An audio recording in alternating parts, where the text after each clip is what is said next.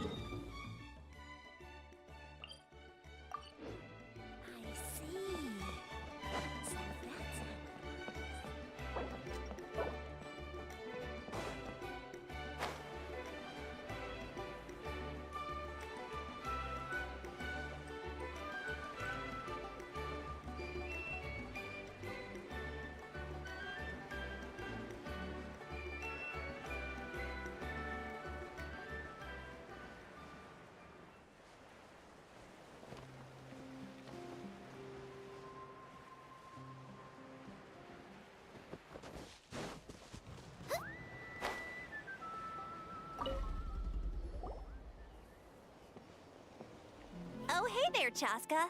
Did Elder Alpa send you? Yeah, she's got other things on her plate right now. How are things looking here? The inspection revealed numerous blockages all over the trial arena. It looks like they're the result of ley line disorders caused by repeat abyss invasions. Theoretically, we just need to clear those obstacles, and the arena will fill up with gaseous phlogiston. Why don't you head on down and check things out for yourself? Feel free to ask the staff for more details.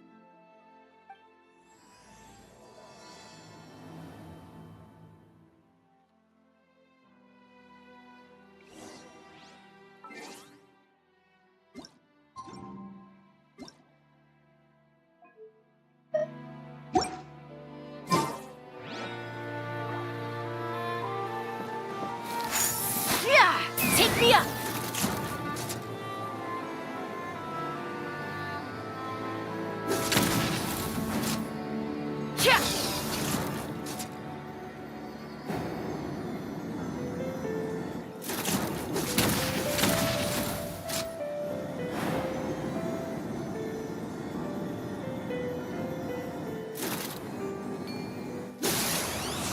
Open fire!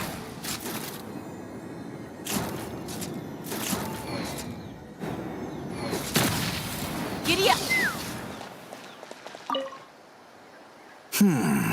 I think it should be possible to clear this spout with just a few hard hits. But there are signs of strange life in here. Meddling with...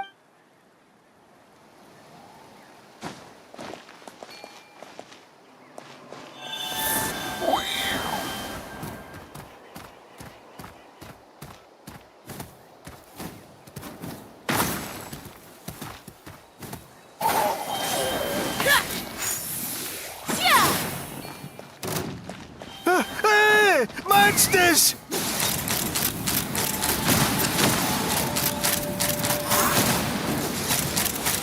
Locked up! I thought I was done for. Oh, this spout should be good now. Thank you very much.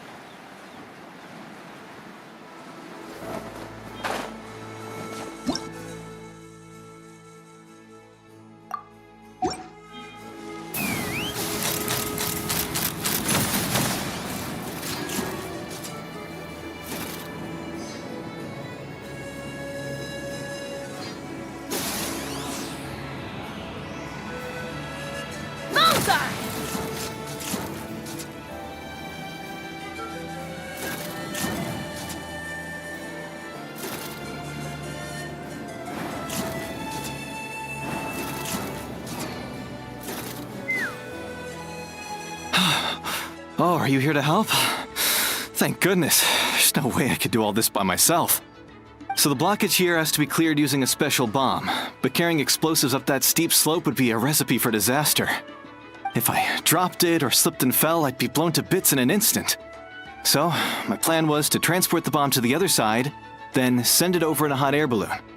All I need now is for someone else to strike the balloon at the right moment, dropping the payload right on top of the spout, and problem solved. What do you think? Simple enough, right?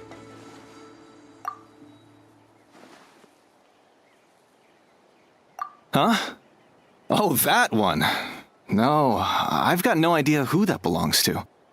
Or how they got it up so high. I just wish I could fly up there and check out what kind of tech they're using. Ah, well. Getting the trial arena back in order is more important. I'll head over and set up now. Let me know when you're ready.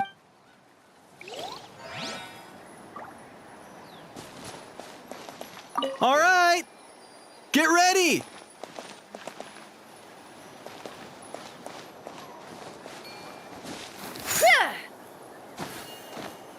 Let's fly!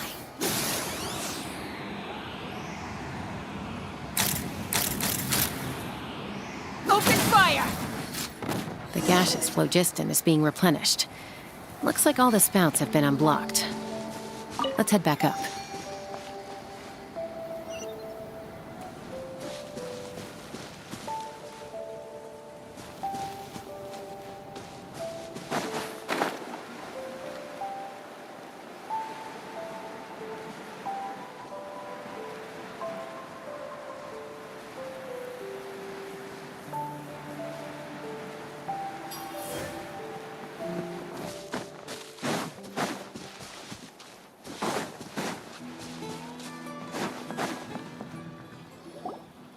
Wow, you took care of everything in no time at all. Incredible work. Now we just have to wait until the gaseous phlogiston is fully replenished. Then we can kick off the retrials. Actually, Inkanak, I'd like to do a test flight first, just to make sure we're not missing anything. Could you arrange that for me? Huh? But you only just finished getting the arena ready. There could still be other hazards we're unaware of. All the more reason to have me test it out. Think of it as another inspection. I guess you're right. With your flying skills, you won't be in any serious danger, even if there are hazards we overlooked. The conditions in this area seem a little unstable, but a test flight is the only way to catch any lingering issues. All right, I'll get things set up for you. Just let me know when you're ready.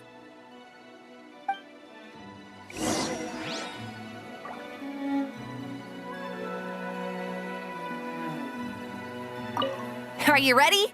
This should be a piece. All right, then spread your wings and fly.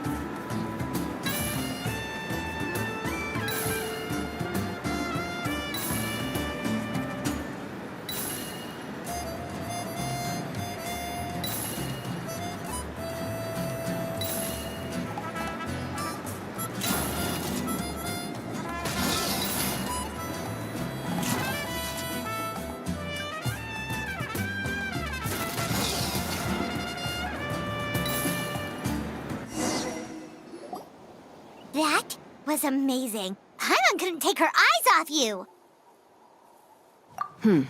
No, nothing major. Give it a few days, and we should be able to conduct the trials. Help! Help me! You're from the Flower Feather Clan, right? Please, come quick, you've got to help us! Catch your breath first. What's the situation? We got attacked by a kukasaur. My friends are still stranded in the middle of the road with the goods we were transporting. Please, I'm begging you, save them. Huh? Are kukusaurs really that aggressive? Do they usually attack groups of people unprovoked? Not in my experience, but there are exceptions to every rule. Let's go check it out.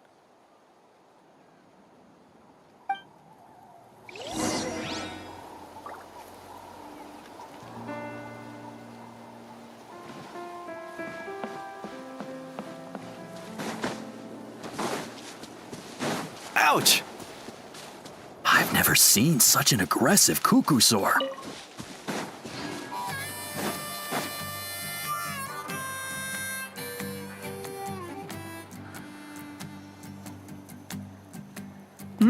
Tasca? Traveler? This is a surprise. Elder Alpa? Huh. So, where's this aggressive kukusaur we've heard about? Already flew away. Looks like it backed off once it realized that reinforcements were coming. So why do you think it attacked these people in the first place? Was it after the food? No. These merchants are even transporting food. Ah! Thank goodness! The phlogiston wings are intact! Phlogiston wings. Thank you so much for coming to our rescue. These phlogiston wings are our most prized goods. If anything happened to them, it would ruin us. Wait a minute. Are you the merchants that were looking to collaborate with us? Wormy told me about you. Yeah, that's us. So I take it you're Elder Alpa?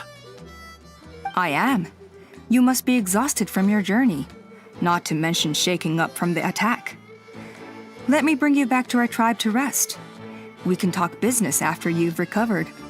But Elder Alpa, what about the kukasaur attack? Well, our guests here weren't seriously injured, and their goods are intact. Perhaps that kukasaur was just having a bad day. There are so many of them around here. You'd expect something like this every once in a while. I don't think we need to pursue it any further. More importantly, how are the preparations for the flying trials going? Is everything in order over at the arena?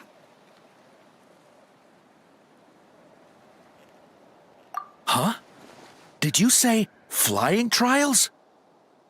What a coincidence! Sounds like a perfect use case for our phlogiston wings. You'll be pleasantly surprised by what they can do. Oh, really? Now I'm intrigued. Well then, let's forget all about this kukasaur attack for now. We have some serious business to discuss.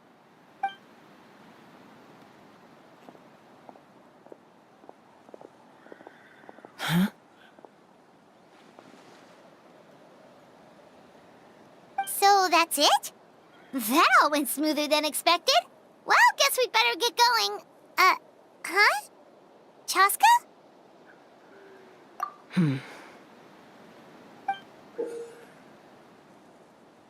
A blood-stained feather.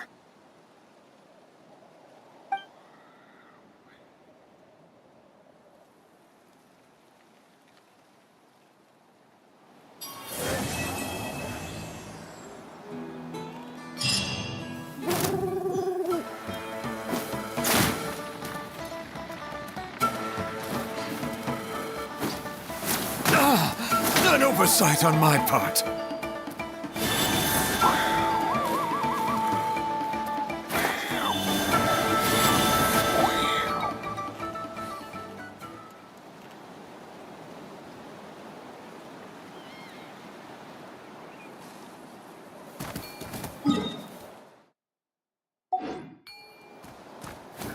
The Flower Feather Clan should be about ready to hold the new flying trials by now. Let's go check it out.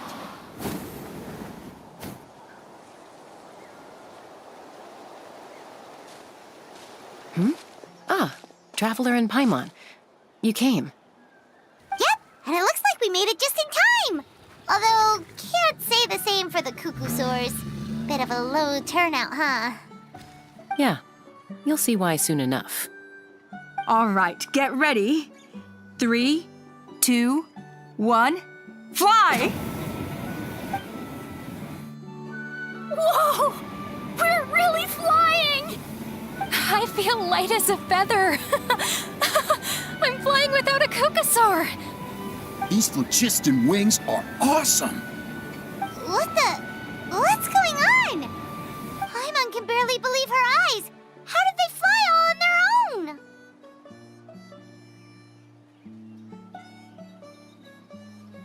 The merchants we ran into that day were selling a product called phlogiston wings. It's a flying machine worn on the back. To operate it, you just use a handheld trackball that controls the flow of gaseous phlogiston. That's incredible. Yeah, if Natlan mass adopted this technology, it would revolutionize our mobility and responsiveness in times of crisis. Just think of the countless tragedies that could be averted. I feel like I'm dreaming. Did I really just fly on my own without the help of a Kukasaur? You'd better believe it! Plus, you just passed a flying trial! Right, Elder Alba? Elder Alpa? Should this really count as a pass if we did the trial using phlogiston wings? Why not? The scoring rubric is about flying performance. It doesn't specifically say you have to ride a Kukasaur, does it? Yeah, maybe, but I mean, even Chaska had to ride a Kukasaur in her trial, right?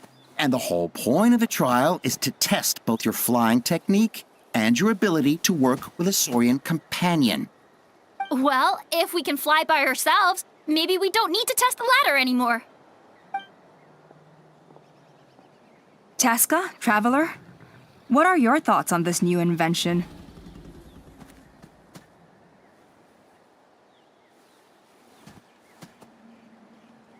You see? Even the Traveler agrees. I agree that they have strategic value, but I don't think it makes any sense to evaluate candidates by the current testing standards if they're using phlogiston wings. Why?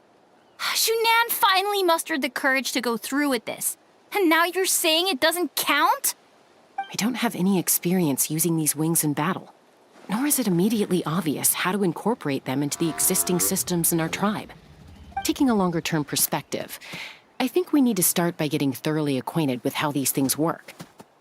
Then we can develop a new trial format with new assessment criteria, tailored to candidates using the phlogiston wings. You all raise valid points. But Chaska, while your proposal sounds perfectly reasonable, it would probably take years to put it into practice. We lost so many people in that war. These phlogiston wings could be exactly what we need to strengthen our forces and boost morale in this trying time.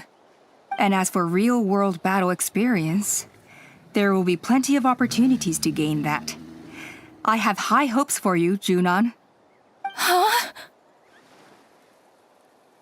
Hey, stop staring into space! Say thank you! Oh, thank you. Thank you, Elder Alpa. You have nothing to thank me for. Remember, the way you got your wings back was by relying on yourself. Oh, Elder Alpa! Bad news! Kukasaurs are attacking the merchants again! Again? Okay, everyone, stay put while I... Huh? Chaska?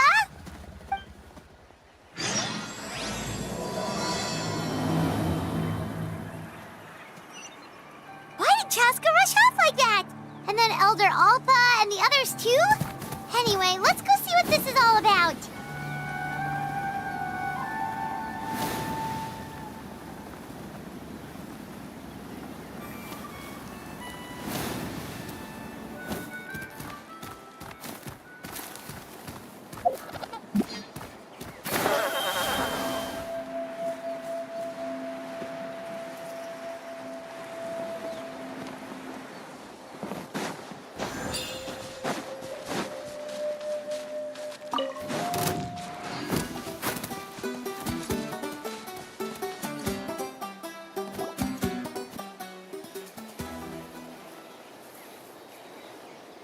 Oh, it's back! It found us again! Run! Get out of here!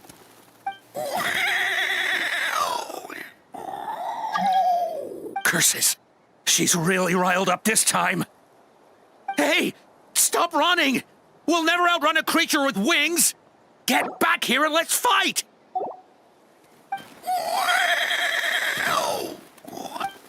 Stop! All of you! Chaska! Oh, wonderful! Quick, get rid of that thing!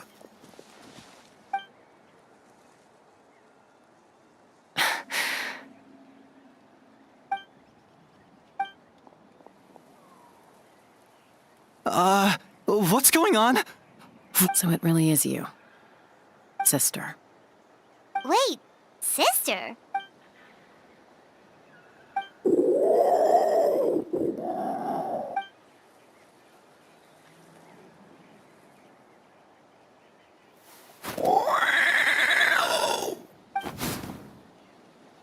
Koya, wait!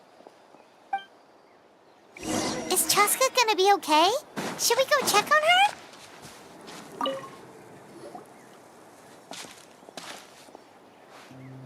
Chaska, are you okay? I'm fine. Sorry for making you worry.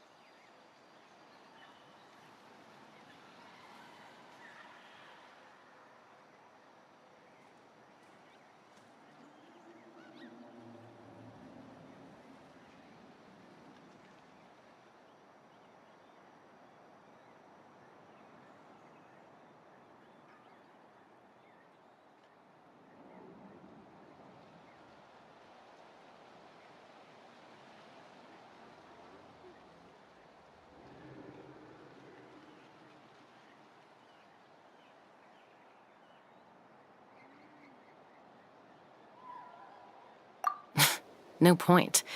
She's an expert at hiding her tracks. Once she's shaken you off, you'll never catch up to her. At least, I always used to lose to her at hide-and-seek when we were kids.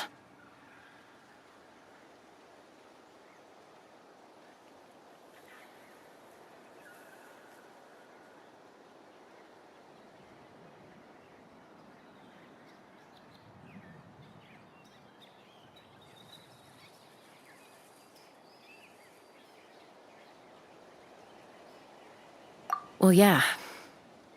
You know I was raised by Kukasaurs. Anyway, she and I grew up in the nest together.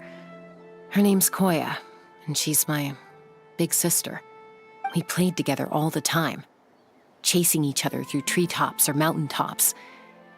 It felt like it would go on that way forever. until the day I was sent back to live with the humans. Not all Kukasaurs are friendly towards people. Koya, for instance, she's fine with me because we grew up around each other, but she's not fond of other humans. When Mom decided to send me away, Koya strongly protested, and after I left, she became more and more reluctant to interact with humans. Maybe she thinks that humans stole you away from her. It's a possibility, but in any case, we still stayed best friends at first. I had a hard time adjusting to life in the tribe, so whenever something went wrong, I'd run off into the wild and vent to Koya. Ah, so that's what Uncle Cusco was talking about. He said you seemed to prefer hanging out with Saurians to your own kind back then. Yeah, I did. But then, gradually, everything changed. With a new mom and dad, a new tribe, and Koichi, I started getting curious about these humans and made an effort to understand their behavior. The more time I spent with them, the less I spent with Koya. And then, one day, it was Koya's turn to leave the nest. She sought me out and asked if I was willing to leave the tribe and go live in the wilderness with her. As far as I can remember, that was the first time she ever approached a human settlement on purpose. So, how did you answer her? Well, I wouldn't be standing here talking to you if I'd said yes.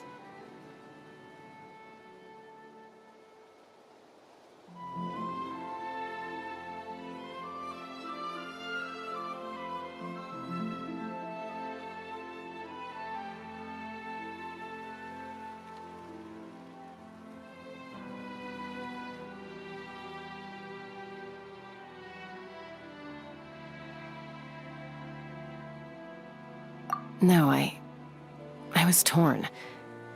On the one hand, I'd already made up my mind to him, but I also knew that Koya wasn't a fan of humans, and I didn't want to disappoint her. She took my hesitation as an answer. She saw it as a personal betrayal, threw a huge fit, and then flew off. Not for a lack of trying, though. I tried asking Mom where Koya's new nest was so I could talk things out with her. It must be hard for Mom, being stuck between her two daughters. So I didn't press the issue. And I didn't go looking for her.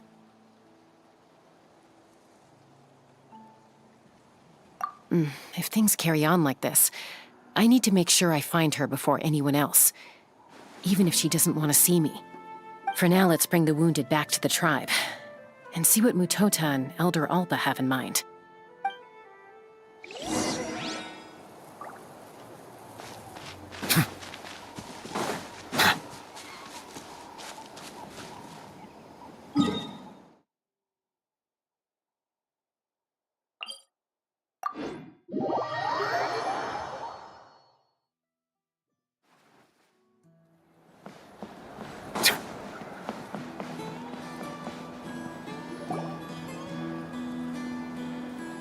So, I hear there's been another Kukasaur attack. Ha! I knew it! They're wild animals, and they can't be trusted. Hey, show a little respect. The Kukasaurs are our partners.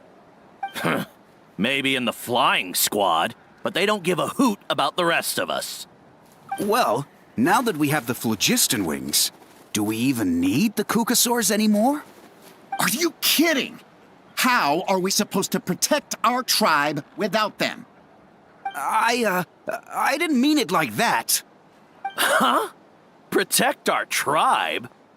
Or are you just scared that your precious flying squad will lose its prestigious position? You take that back! Things are changing so quickly. Tasca, there's a conflict emerging there. Aren't you going to nip it in the bud? The whole tribe's talking about this now. Breaking up a single fight won't solve anything. The real source of conflict here is the phlogiston wings, and what happened with Koya. On any other day, people would just brush this attack aside. After all, clashes between wild Kukasaurs and humans are no more common than those between people. But now that the phlogiston wings have entered the equation, it's sparked a debate over whether our tribe needs the Kukasaurs at all. I worry that we risk repeating the mistakes of the Cinder City. Back then, Lord Ochkon's hatred of the Saurians nearly destroyed the peace forged by the Pyro Archon. Chaska, to prevent things from deteriorating further, I'd like to task you with restoring peace to the tribe. I will. Traveler, you've already done so much for Natlan, and the Flower Feather clan has no right to ask more of you. But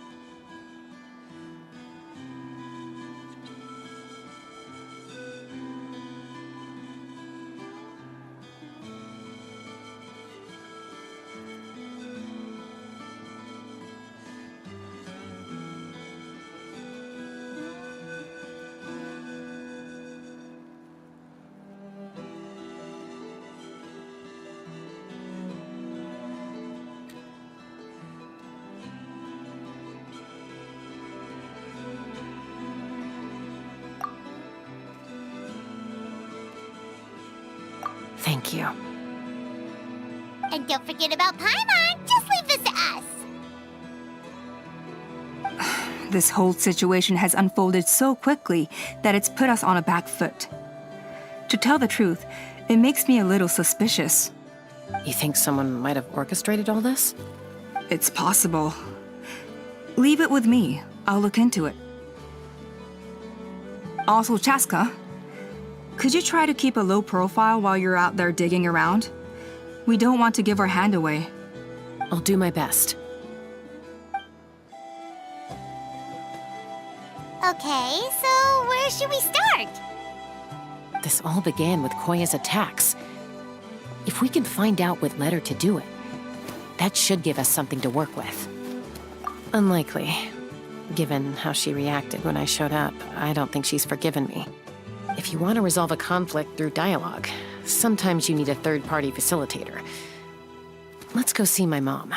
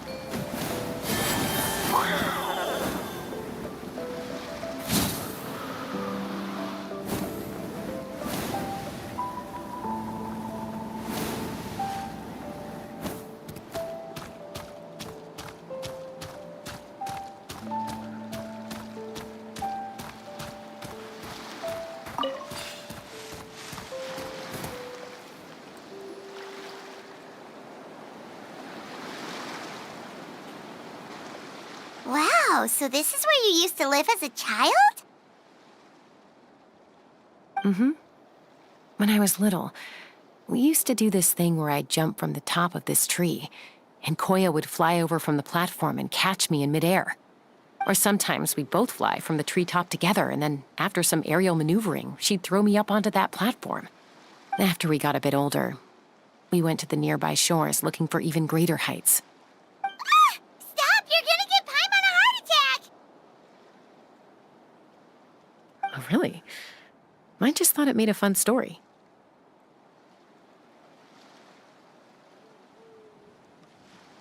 Then I'll share more with you when there's time. Anyway, back to the matter at hand.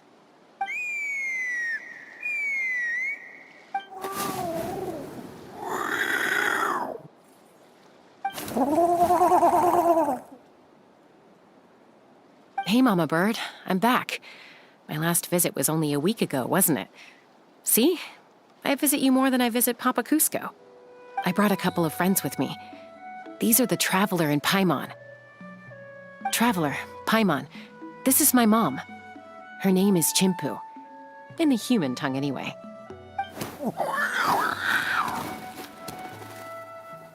Hi!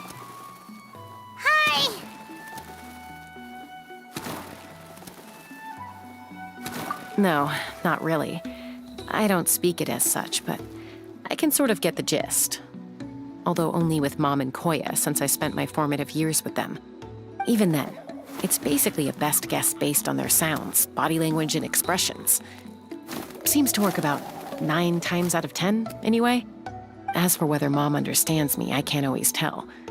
But somehow we still manage to communicate. Call it the family bond, I guess.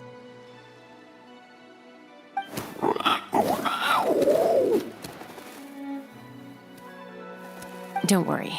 I'm doing well, but I think Koya might be in some trouble.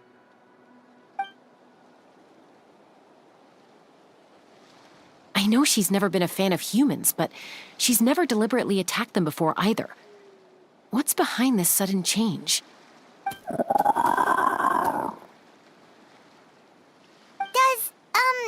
Auntie Chimpu know anything? Doesn't look like it. Koya hasn't visited her in a long time. Then, could you please tell me where she's living nowadays? I really need to talk to her. If this animosity between her and the tribe continues, then the next time there's an incident, I don't know if I'll make it there in time.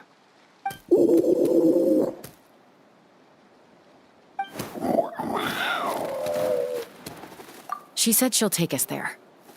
Thank you, Mom.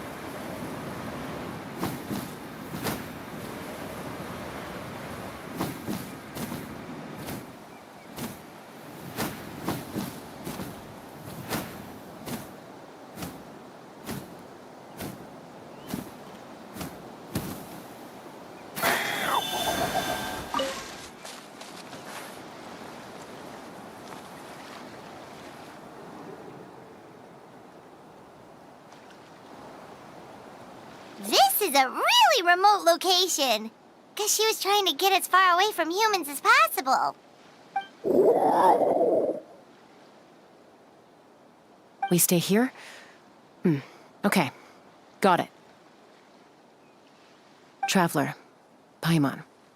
Mom says we should stay out of sight for now. She'll talk to Koya first. Koya is very hostile toward humans right now. So if we show up unannounced, it might just make things worse.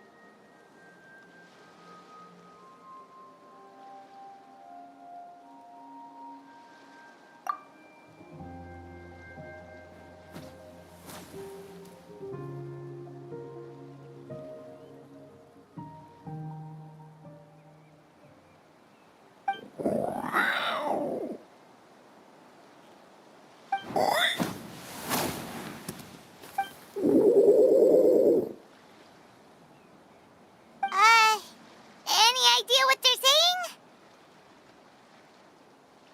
saying?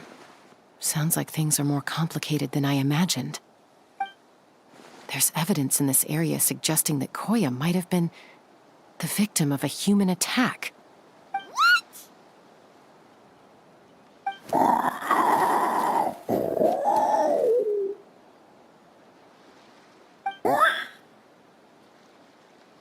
No! It's Chime, Koya's child. The attackers kidnapped her. They came over the sea, under the cover of night, and they took Chime. What the heck? Who would do such a thing? I searched day and night, and finally found them.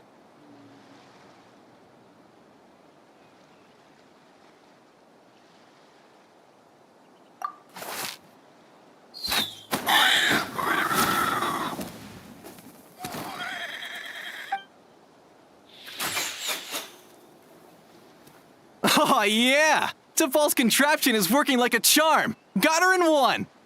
Hey, there's another one! Wait, is that the one that got away last time? Who cares? Just get them all. T'Pol pays us per catch.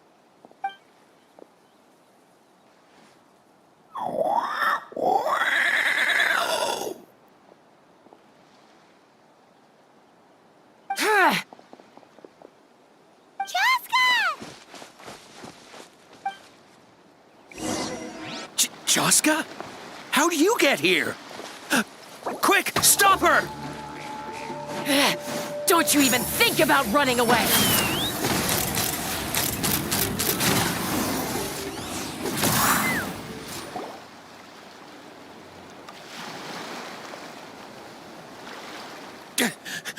Don't come any closer, or I'll... Go, Phlogiston Wings! Take me out of here! Uh-oh, looks like it malfunctioned.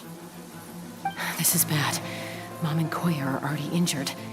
And if that thing explodes right next to them... Help! Elemental energy suppresses it! Please, someone!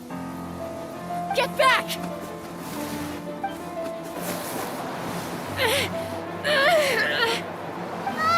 It's still going, and it's getting worse. Guess we need a more permanent solution. All right then.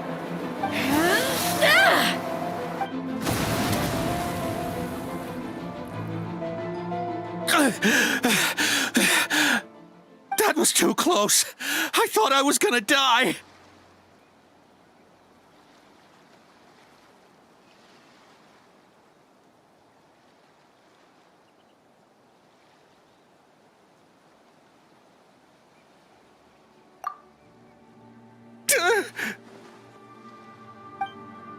Answer us honestly. Were you the ones who attacked Koya before?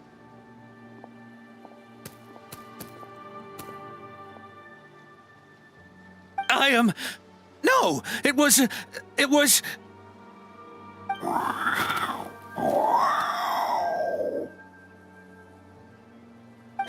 Well, she says it was you.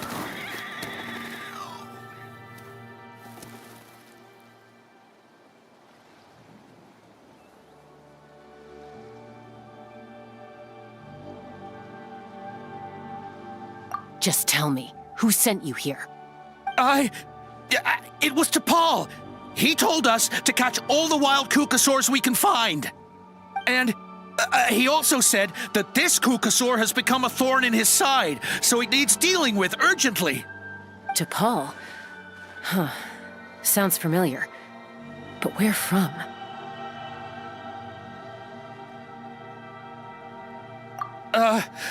Well, he tends to send his orders in writing.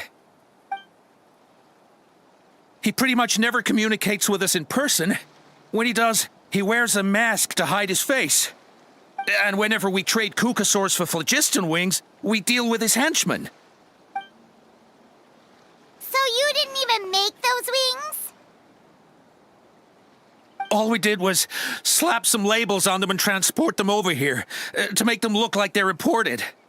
To make it harder to trace their origins. I don't know, honest! Well, that's mighty convenient, huh? What about if I held a gun to your head? Would that change your answer? No need. I'm sorry. I'll tell you everything I know. T'Pol doesn't tell us much, but he always stresses that he wants them alive. So that gives us some clues. This is just a best guess, of course, but we suspect that the gaseous phlogiston stored in the trackballs is drawn directly from the Kukasaurs. What?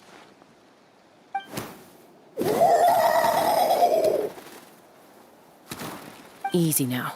You're still injured. Hey, keep talking. Yes, ma'am. So, the gaseous phlogiston has to be highly refined in order to power the phlogiston wings. The slightest imperfection can have disastrous consequences, as you just witnessed. But the Kukasaurs have a natural ability to process gaseous phlogiston. So, if you use them as an intermediary, then...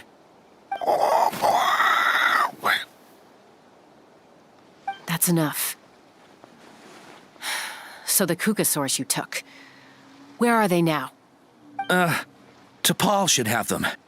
But no one knows where he's based, apart from him and his henchmen. We've tried looking for it ourselves, even followed them a few times. But we always end up losing track of them. Random thought. Maybe they're hiding up in the sky? T'Pol. T'Pol. I'm sure I've heard that name. Maybe it was... Jaska, Traveler!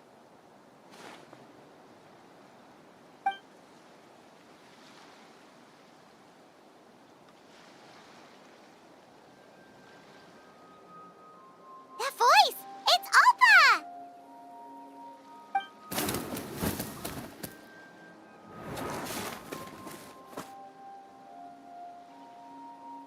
Elder Alba?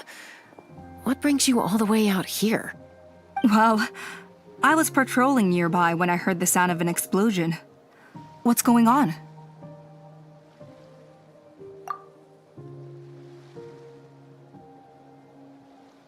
I don't believe it. Elder Alba, does the name T'Pol ring a bell to you? I feel like I've seen it written down before. Maybe in a list of candidates for the flying trials? Huh? So he's a member of your tribe then? No. If he was a member of the Flower Feather Clan, I'd definitely know him.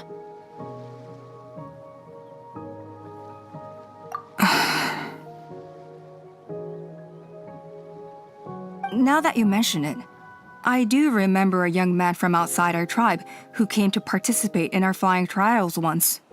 You were away on a mission at the time, which is probably why you don't remember him.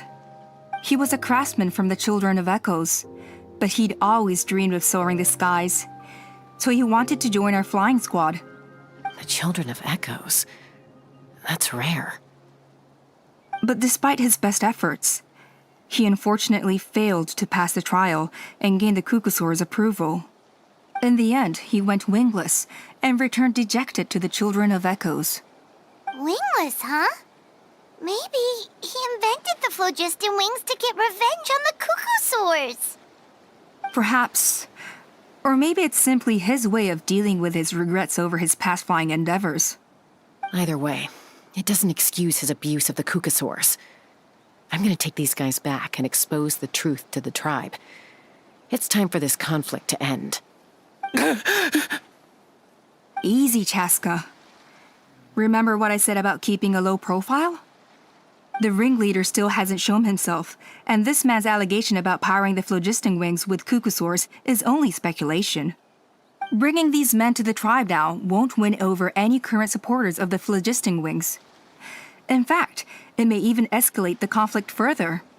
After all, many are mistrustful of the cuckosaurs after recent events. Is that why T'Pol waited until now to try to capture my sister? I don't know. I mean, he did tell us to spread negative rumors about the cuckosaurs and slip some mora to anyone opposed to them, but... But Koya only attacked humans because they stole her child! Nevertheless, we will be hard-pressed to change people's minds while emotions are running high. Unless we have irrefutable evidence. Bravo! My thoughts exactly. In the meantime, leave these men with me. I'll escort them back to the tribe. I'll take the other members of their crew into custody too. They won't get another chance to stir up trouble. Fair enough. I guess finding T'Pol is gonna be the key to resolving this conflict. Let's hope the Children of Echoes have some info on him.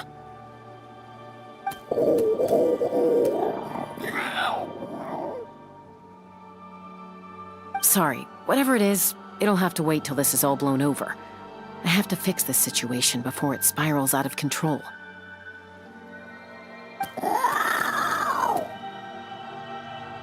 Mom, Sis, rest up and get well soon. I gotta fly.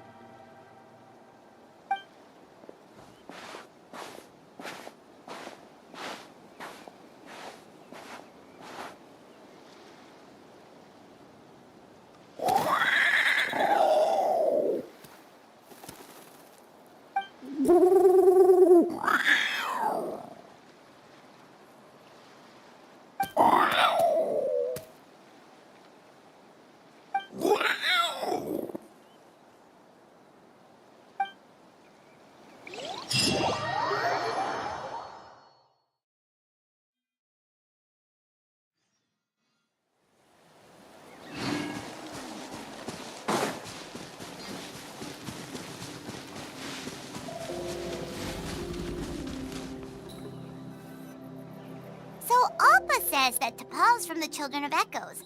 But how do we track him down? Just ask around until we find him? Let's start by talking to someone we know. It'll be faster that way. At this time and place, I'll bet the easiest person to find is... Wakey, wakey, Shilonen! Oh, it's you. Okay, give me a second. I'll come down.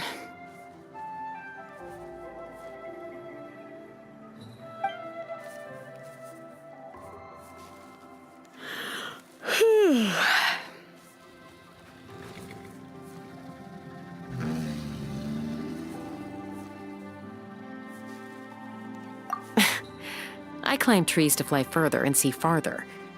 I don't usually stop for a nap.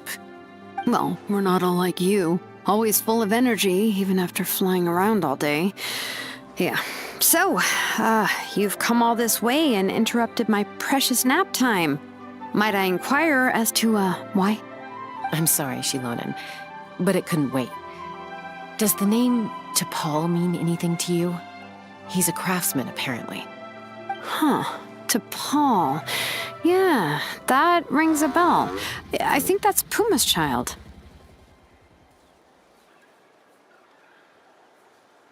Nope, I'm afraid you're a few years too late.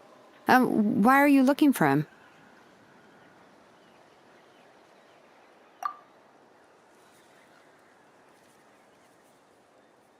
Huh, phlogiston wings. Wow, okay. The kid actually pulled it off. Well, looks like, no more rest for me today. Pulled it off? You mean he's tried making something like this before? Yeah, he started trying to build a flying machine right after he got back from the Flower Feather clan. So right after he went wingless, then. Was this flying machine anything like the gun you made me? You mean your gun that's harder to tame than the proudest Kukasaur?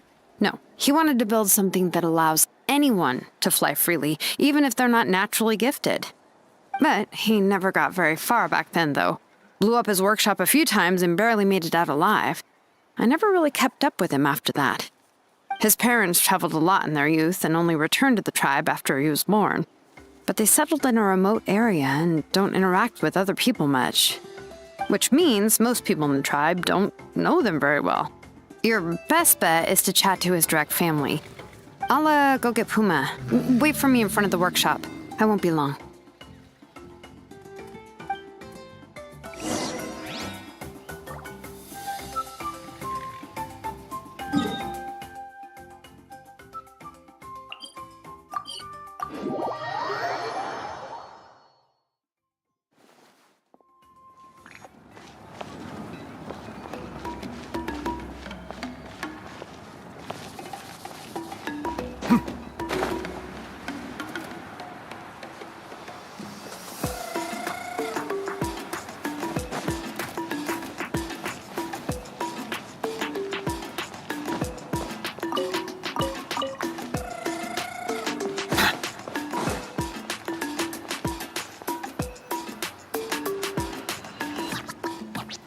I'm back. Allow me to introduce to Paul's mother, Puma. Hello, we're... Oh, save the pleasantries. I don't want to spend any longer talking about that boy than I have to. Huh? I disowned him long ago. He is no child of mine. All he cared about was his pipe dream of reaching the sky. Oh, we tried to talk sense into him, but he was obsessed. And then, when he left us, he spouted some nonsense about building a workshop in the sky to avoid the constant criticism of us ground dwellers. He left his notebook behind. Whatever questions you have, you can look for them in there. I am done talking about him. He's no son of mine. He never called me Mom anyhow.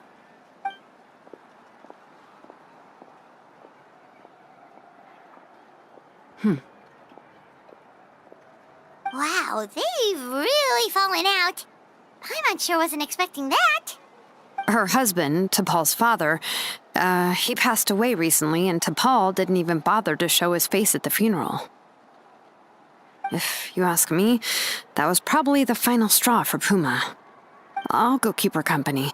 If there's anything else you need, just come and find me. Thank you.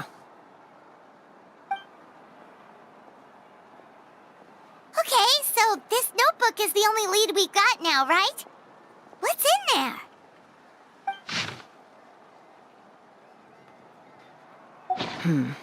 Some early designs for the phlogiston wings, and some theorizing about an airborne workshop.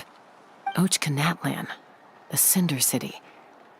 Looks like that's where he got his technological inspiration from. So, was he serious about the workshop in the sky? But that's such a big project for one person. Do we think he actually pulled it off? Oh, yes. The one from the trial arena that was super high up! That balloon has been there for a while, and everyone's been wondering how it got up there, but what if that's the wrong question?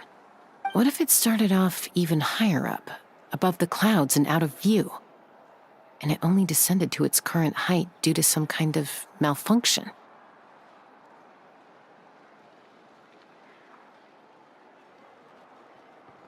Part of T'Pol's workshop? Seems likely. If T'Pol's base had been hiding above the clouds this whole time, that would definitely explain why Isidore couldn't find it. I totally called it! But how do we get up there? Chaska, can you even fly that high? By myself? Possibly. But with a passenger, no chance. I doubt even phlogiston wings could take you up that high. At least, not without that relic T'Pol mentioned in his notebook. Yeah, and he's probably holding on to it. We'll have to find another way.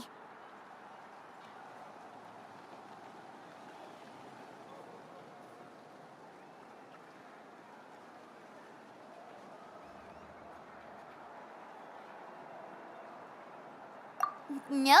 That's way beyond Paimon's altitude. Also, would you really expect Paimon to go up there and take on T'Pol all by herself? Let's not worry. Just because we can't think of a solution doesn't mean no one else can. I'm not the only flying expert in my tribe, you know. Oh, good point. We should go ask Elder Alpa. And Mutoda. He was quite the flying ace back in the day, too. Let's head back and see what they suggest.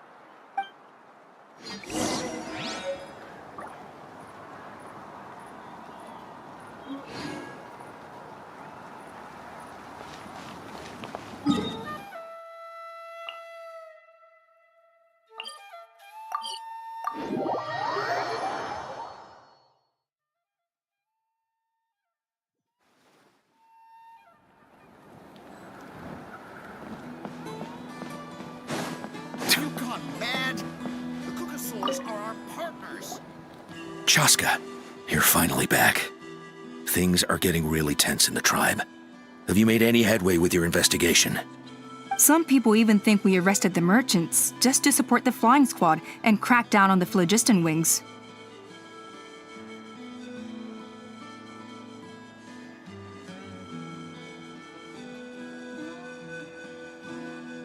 We found some promising leads, but there's a major obstacle standing between us and the irrefutable evidence we need.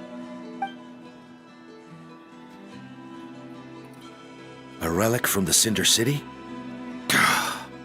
So Och Khan's still managing to sow discord, even after all these years.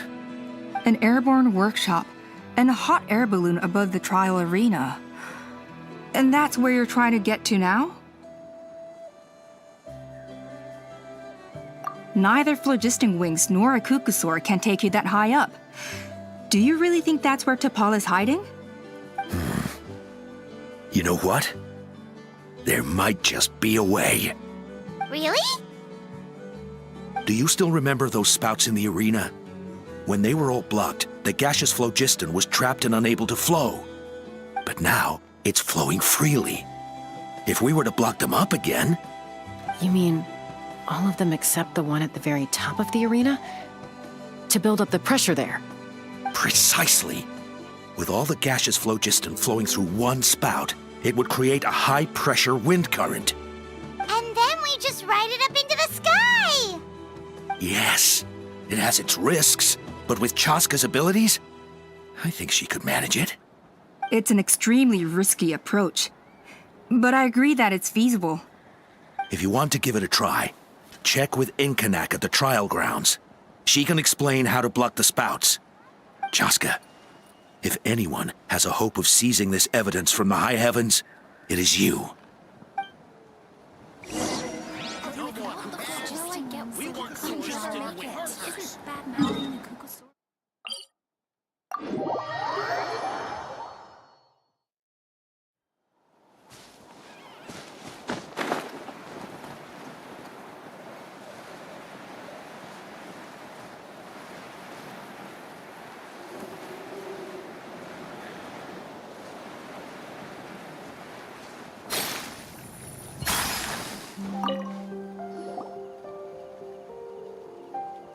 Goodness me, that is a very bold idea. Maybe so, but we have to act fast. What's the quickest way for us to block off the spouts? From a technical perspective, I'd have to advise taking some measurements and carefully planning this out first. But I'm guessing that's not what you want to hear. Then we'll have to take the rough and ready approach. See the solid phlogiston over there? Our prior inspections revealed that some kind of stable structure has formed inside, making it highly damage resistant. It's not without its weak points, but unless they're all struck at the same time, the structural integrity won't be threatened. So, what happens if we do strike them all at once? It'll collapse. Okay, I see where you're going with this. Yeah, you got it.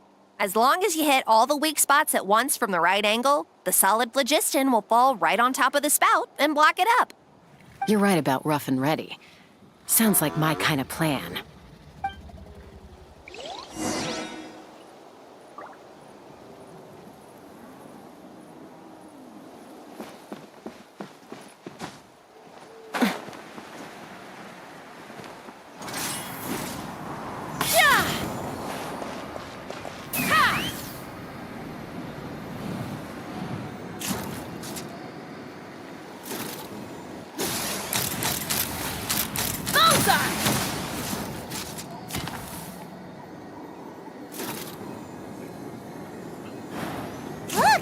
There's a chunk of solid phlogiston right over that spout!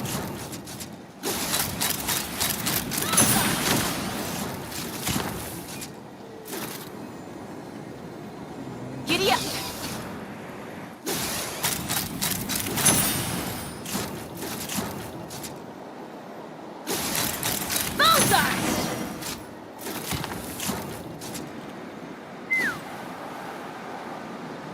Couldn't transcend.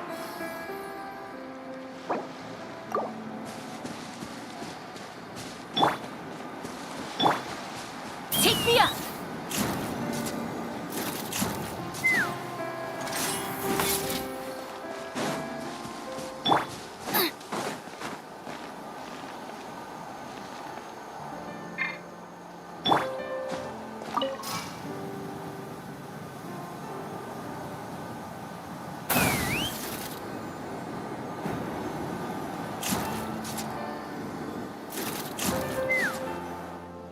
It actually worked! But wait, how are Paimon and the Travelers supposed to get up there? Koya can give you a lift. She's actually been following us this whole time.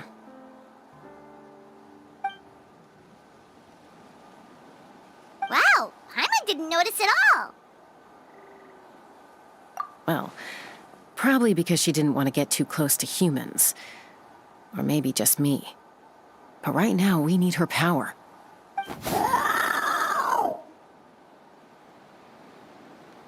Whoa, you didn't even have to summon her!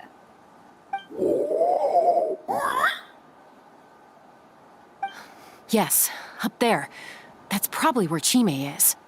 All right, let's go have a little talk with this T'Pol.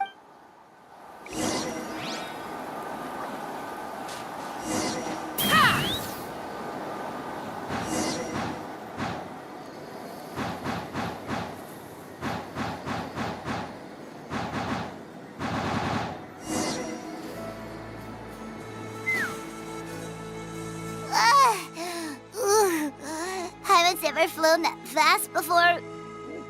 She feels so ready to throw up. Aha. Just as I thought. It might look like a regular hot air balloon from the outside, but up close, it's clearly been heavily remodeled.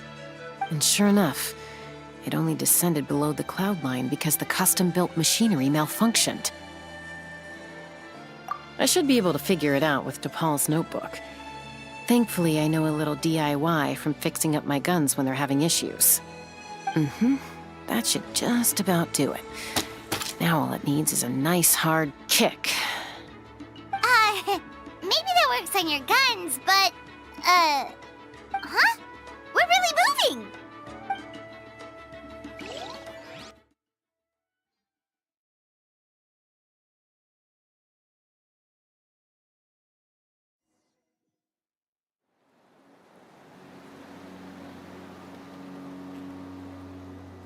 Here it is! The workshop in the sky! Oh, you gotta see it to believe it. Makes you wonder why T'Pol even bothers with phlogiston wings when he has tech like this. Well, according to the notebook, the platform beneath us runs on components from the Cinder City. Those can't be mass-produced. Also, I have some doubts about its mobility after seeing how it moved just now. For someone like T'Pol who dreams of flying freely, this definitely doesn't cut it. But if he's got that relic, he should be able to make a set of prototype wings for himself, right? Why bother making a whole flying workshop so he can mass-produce them?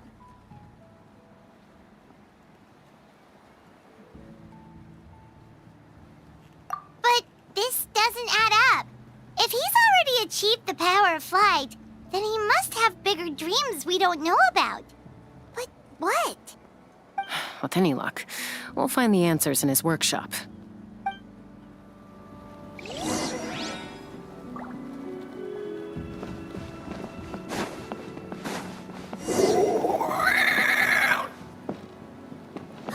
Cocosaurs! Seems like the merchants were right. T'Pol's using them for his own ends. I'll bet he...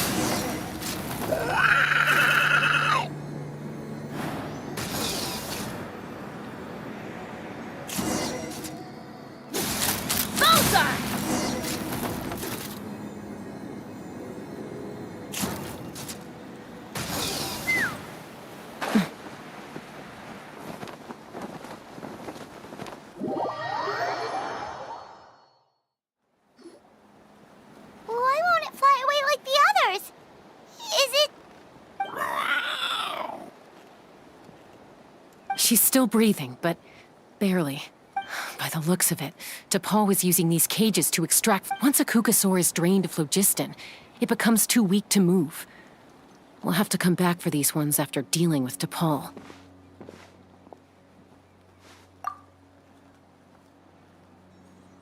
Let me see. Looks like a record of his phlogiston research. Log number 330. With the support of...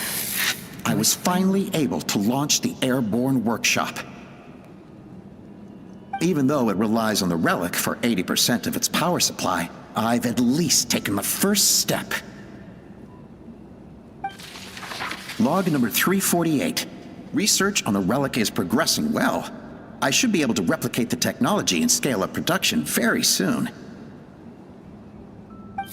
Has proposed a name for this groundbreaking invention: the phlogiston wings. I think I'm getting close. Soon I will achieve my dreams. Log number 377. Encountered some issues with the new smaller model phlogiston wings. The gaseous phlogiston showed some volatility during the refinement process. Thinks we should proceed at a more cautious pace with the refinement experiments. But after so many past failures, I have to prove that I will succeed this time. Log number 114. Ran an experiment using Kukasaurs to refine gaseous phlogiston. It was a success. Log number 117. I've started recruiting merchants and hunters to capture wild Kukasaurs. Log number 121. Major breakthrough in the efficiency of phlogiston yield. Huh? So many parts have been crossed out! Yeah, probably the contact he alluded to in his other notebook. Guess he has a benefactor. Did anyone else notice how the numbering system in this notebook suddenly changed halfway through?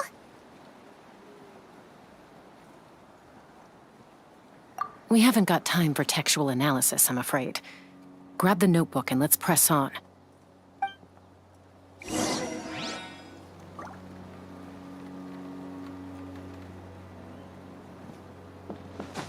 Take me up! Huh. Never seen one of these before. Looks like this was built with the Cinder City components, too. You're not thinking of giving it a nice hard kick, are you?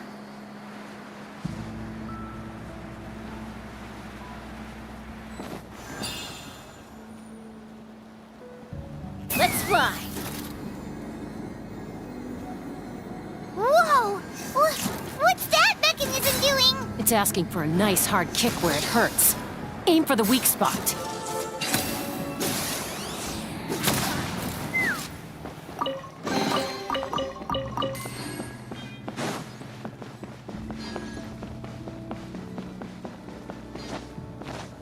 What are they doing here? It's DePaul's henchmen. He must have brought them here using the relic in his prototype wings. Watch out! I'll catch up.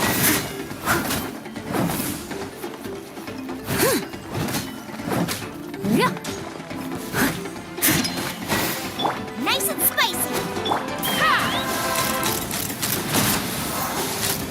Open fire! Bullseye! Open fire!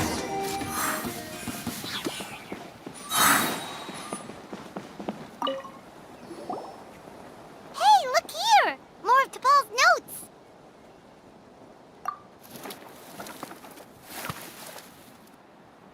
Log number 403. Introduced me to some new comrades who fully support my ideas. I told them that some saurians are blessed with wings, and some people with natural gifts, while the less fortunate among us can only look on longingly as they seize the skies. But I also told them that progress can erase individual differences.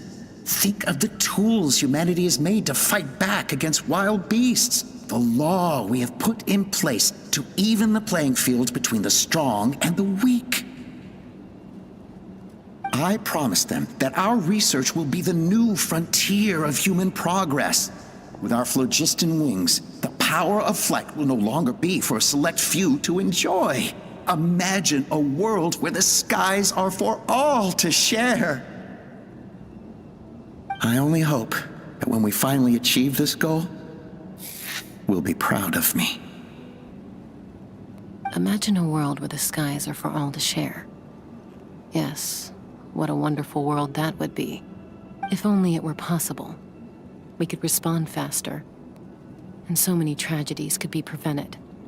But DePaul, what about the saurians you're draining dry of phlogiston? You're not sharing the sky, you're stealing it! Bad move. I won't let you get away with it.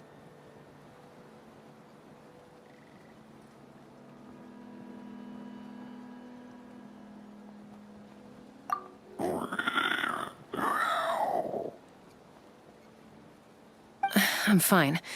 Let's keep moving. I don't think we'll find anything else here.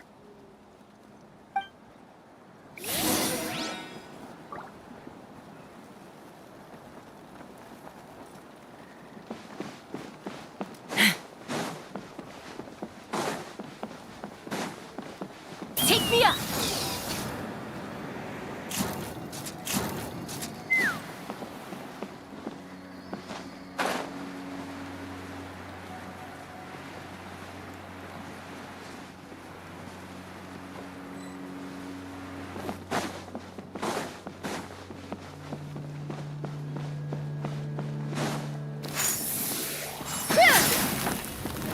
Let's fly!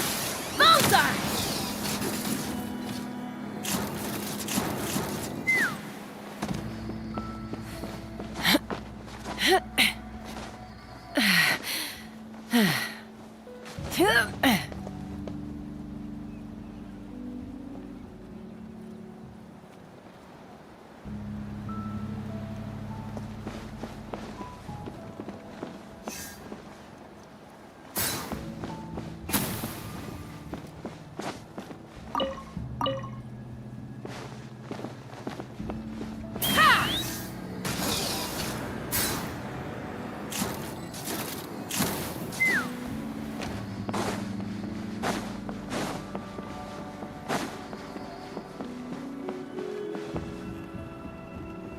Let's fly!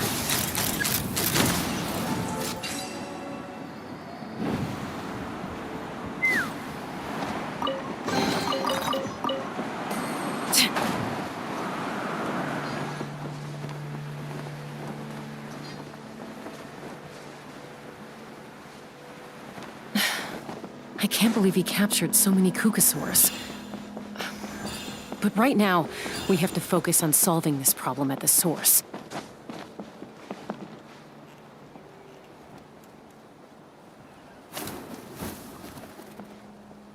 Looks like we've reached the center of the workshop. And still no sign of Koya's baby.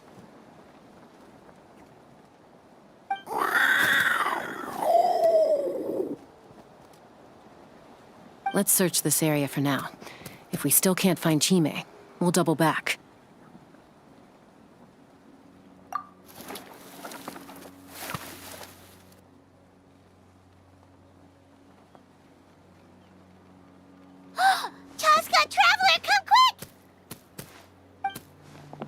What is it? Did you find Chime? Not yet, but look! It's another one of T'Pol's notebooks!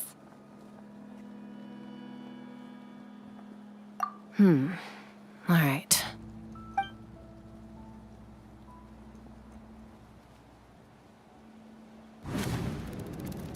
Log number 428. We decided to restart the experiments on phlogiston refinement, but without telling. This is the final obstacle to the success of the Phlogiston Wings project. We cannot fall at the last hurdle. Log number 436. Earlier today, suggested using Kukasaurs as an intermediary to extract refined phlogiston. It's certainly feasible, but... Anyway, as long as our secret experiment succeeds, I'm sure won't bring it up again. Log number 443. We will conduct the experiment tomorrow. But birthday is coming up, so hopefully we'll have a birthday surprise for her. Log number 444. Huh? Why is this log empty? I guess whoever wrote down the log number was prevented from recording the results.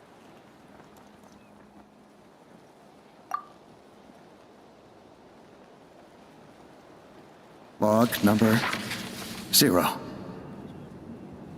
We lost many comrades in the accident. Among them are friends, lovers, and children. But we cannot stop now. We will keep their legacy alive and carry their dreams forward. As of today, we are scrapping the artificial refinement method. Instead, we will focus all our efforts on phlogiston extraction from live cucosaurs. They are arrogant beasts whose existence in the wild serves no one but themselves. Their true worth lies in their sacrifice for the sake of human progress. To facilitate our operations, we will gradually move the airborne workshop closer to the Flower Feather clan, even as we continue to expand it. All this we do to create a world where the skies are for all of humanity to share. All this we do to make T'Pol's dream a reality. Given the way this is written, not to mention the fact that the numbering has started over from 0, it kinda sounds like this is someone new. Does that mean that T'Pol's already... There's also a letter tucked in the end of the notebook. It's from Puma.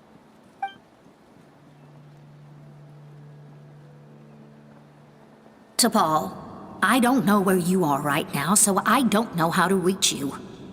My best bet is to send this letter to the Flower Feather clan. Your father is gravely ill. Oh, I know we've had our differences in the past, but he is still your father. Won't you come and visit him? Please. I know you never liked him and cared even less for me. All you ever yearned for is the sky. And your birth mother. But we'll still be waiting here for you if you do come back. This may be the last chance you'll get to see your father. So Puma's not T'Pol's real mom? Huh. Well, she did say he never called her mom, but I'm gonna assume she was just venting.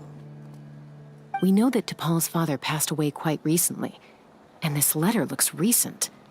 By contrast, the writing in this notebook is old and faded.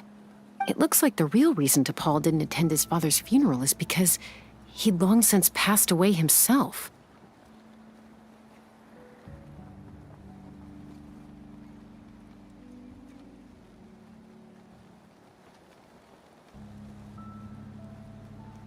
If we ask ourselves why this letter was sent to the Flower Feather clan, why T'Pol always yearned for the sky, and how he got his hands on a relic from the Cinder City, it all points to one answer.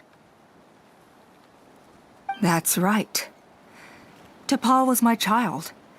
He was born during my days as a wingless wanderer. His birth gave me new hope.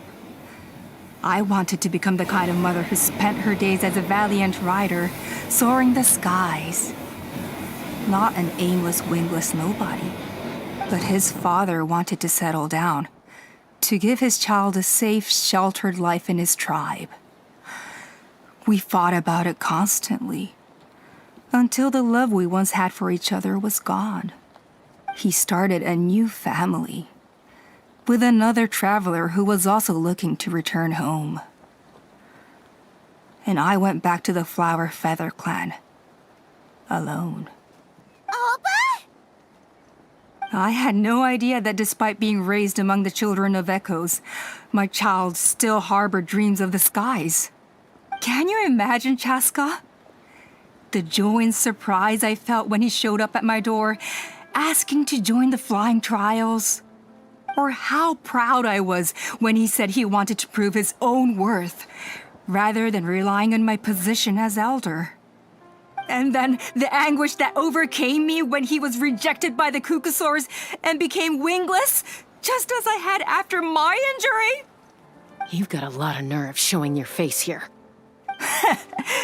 Don't take this the wrong way, Chaska. I'm not here for a fight. I just want to talk. Isn't that your preferred way to resolve things?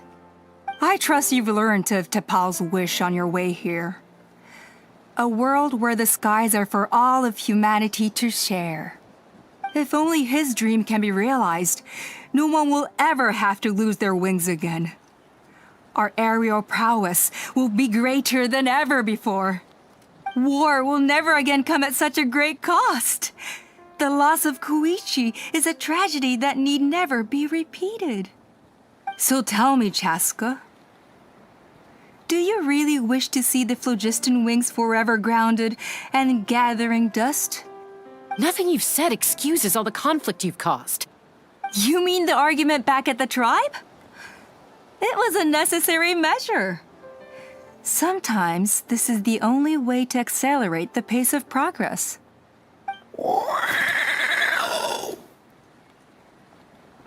Is a mother harming her children when she coaxes them into swallowing a bitter pill?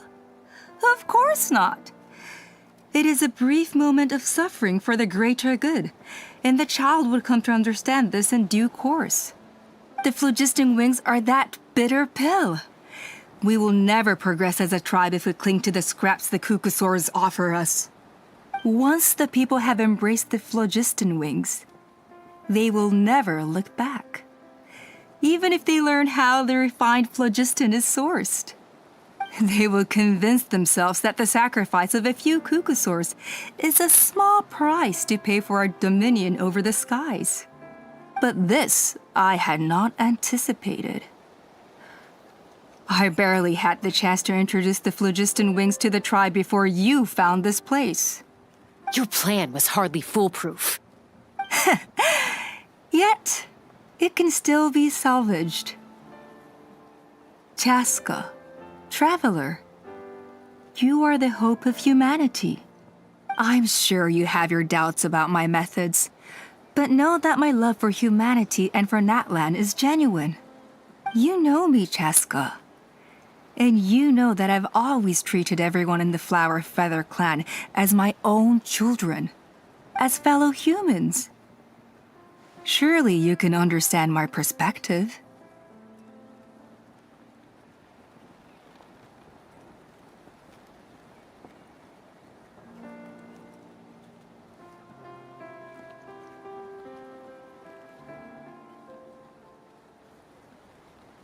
Hey, quit the quips! This is serious! Alpa, Natlan doesn't belong to humans alone. And truthfully, neither do I. How many times has the Abyss invaded Natlan now? And yet despite how much stronger it is than us, Natlan still stands as a nation of humans and Saurians.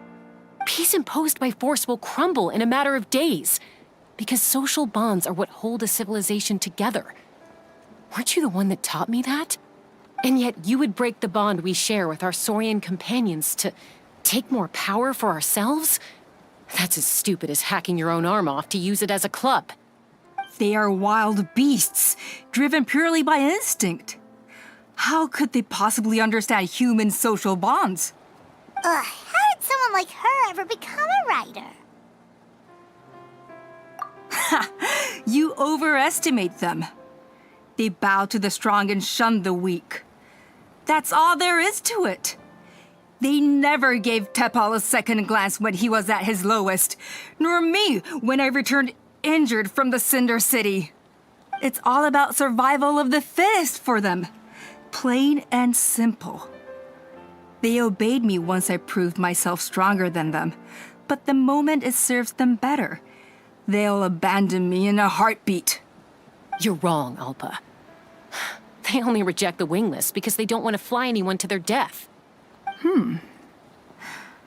Chaska, I will promise you this. Only the unruliest wild cucosaurs will be used for phlogiston extraction. The ones who have nothing else to offer to humanity. Well, that's too bad. Because I know a few unruly wild cucosaurs who don't think that idea is gonna fly. Namely my mom, my sister, and me. And the others?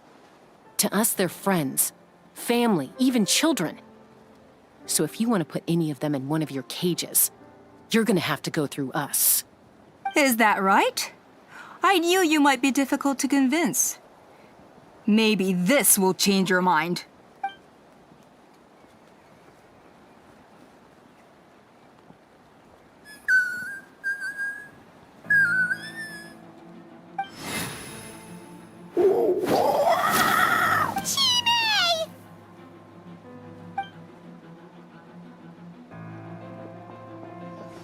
Opa!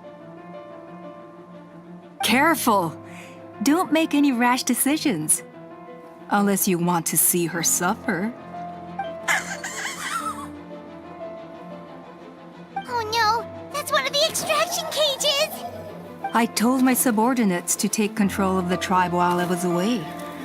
Luckily for them, our strongest warrior and our most powerful ally aren't there to stop it. Take control? What are you planning to do with Mutota and his supporters? Merely accelerate their inevitable downfall. They cannot stand in the way of progress forever. It is not the move I wish to make, but I'm afraid you and your friends force my hand. And since you insist on imposing me too, I have no choice but to keep you here until the dust has settled. So that's what you meant by I just want to talk. You never intended to negotiate. You just wanted to stall us. No, Chaska. I genuinely hoped I could win you over. You are the strongest warriors we have. Put down your weapons, and I promise you that no harm will come to this young Sarian. I just need you to stay here for the next couple of weeks or so, while my people consolidate their power. Then, I will give her back to you, and you'll be free to leave. As long as the majority supports our vision, even the Pyro Archon cannot meddle in our internal affairs. Your vision is deranged, and the Flower Feather Clan will never support it. You sure about that? Then wait here and see. Time will tell. What do we do? Even if the whole tribe fights back, Mutota's in grave danger! Stop delaying the inevitable! Drop your weapons and get into the cages, now! She's still holding Chime hostage. Is there really no other way?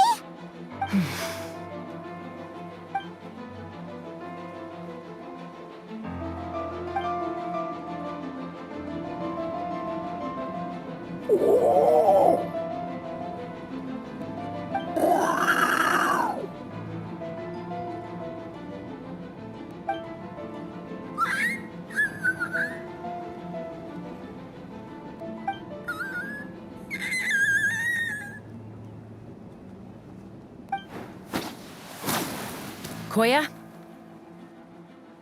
Huh? What are you yapping about? Stand down. Drop your weapons, now! This instant!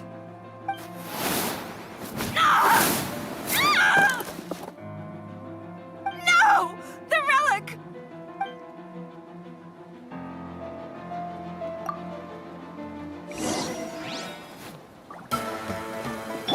I see everything! Someone needs...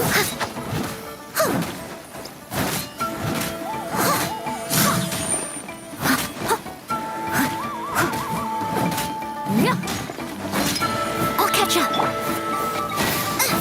Fire in the hole! Give up, Alpha. We're negotiating my way, and this ain't your strong suit. Just shut up! Hey, something's up with this relic! Open fire!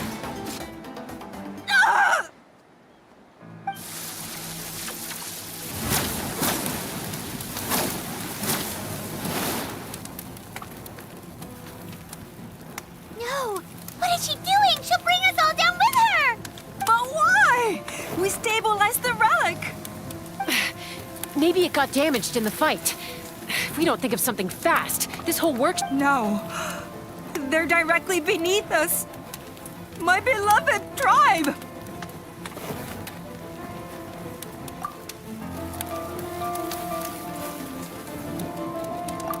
Okay,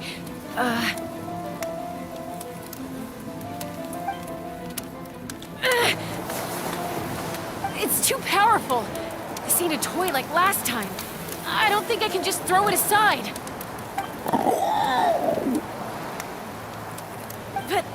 But we need to get it far away before it explodes.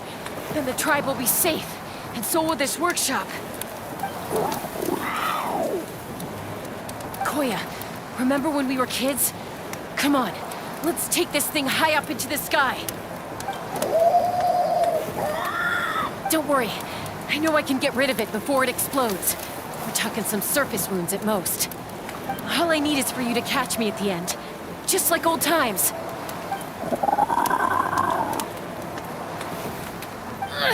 I can't hold it back anymore. We have to go. Don't be insane! Alpa! What are you... You're a fool, Chaska!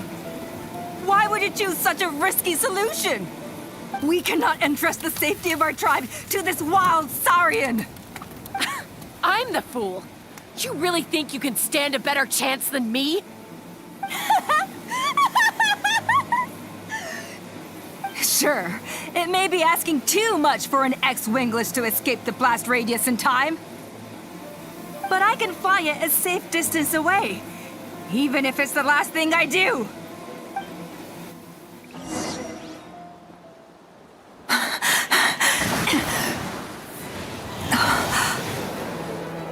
Here, this should be high enough to save the clan. What? You don't get to die a hero today.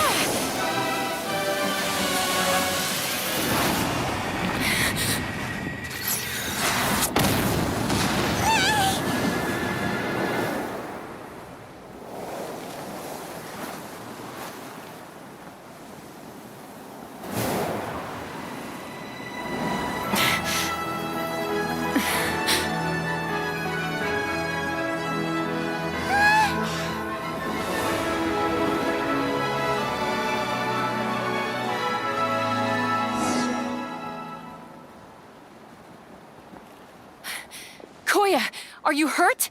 Let me take a look at you. What do you mean, I'm fine? Didn't I tell you to catch me on your back? Why did you try to shield me from the blast?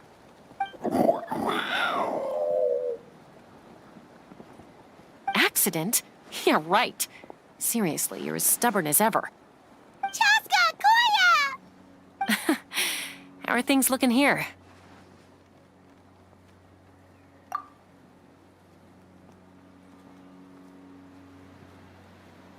I think that's putting it mildly. I owe you one. Again.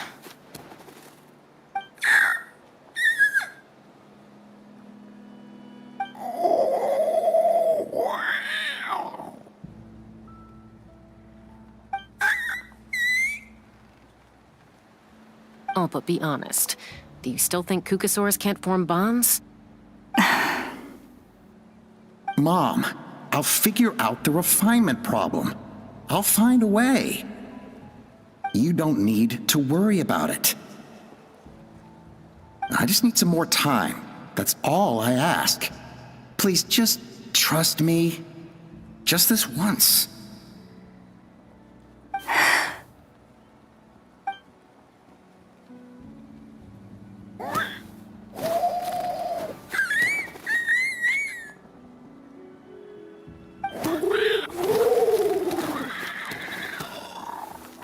The Flower Feather Clan yield to the strong. And it's up to the winners to define what strength means. So it looks like it's my turn to yield.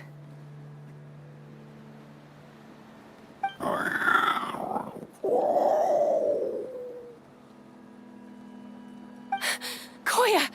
Koya!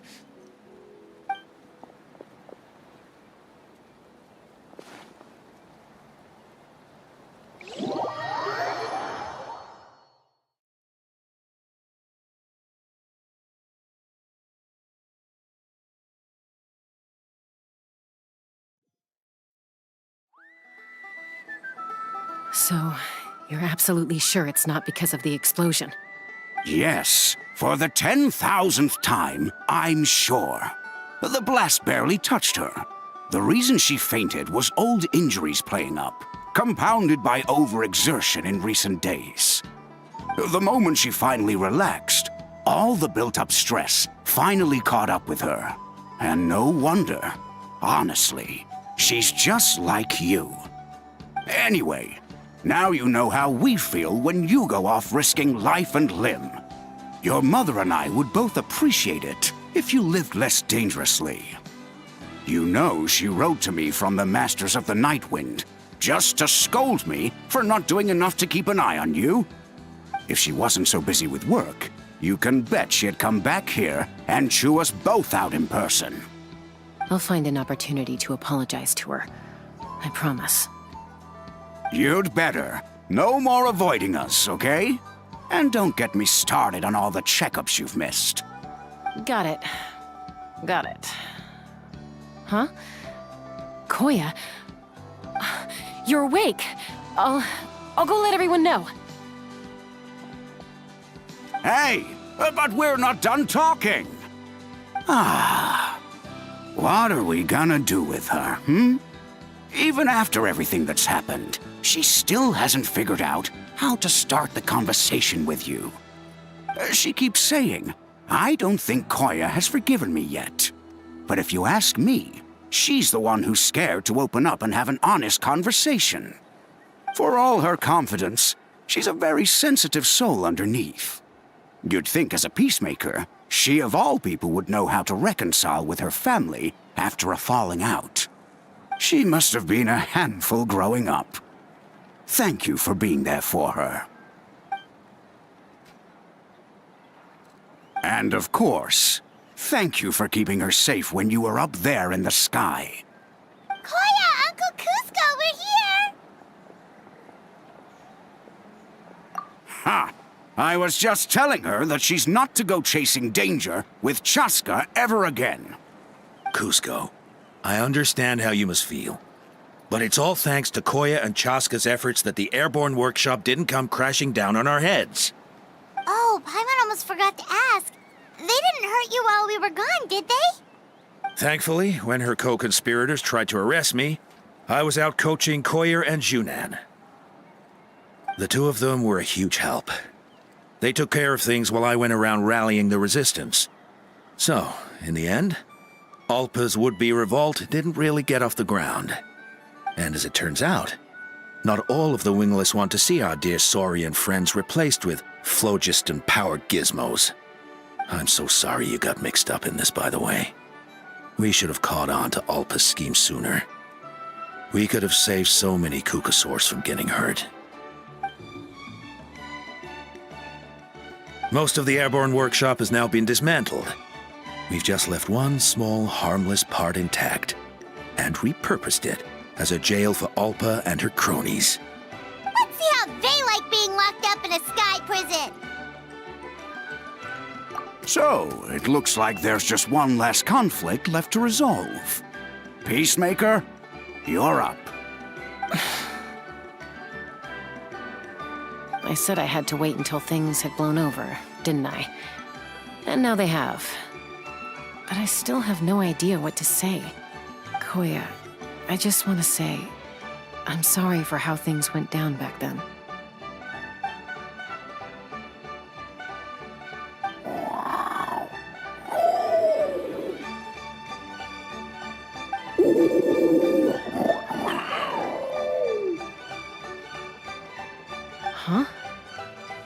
Does this mean you're not mad at me anymore?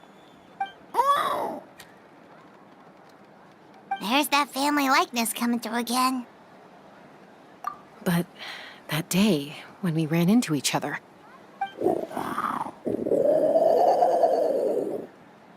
Huh? So then, when did you finally make your peace with it?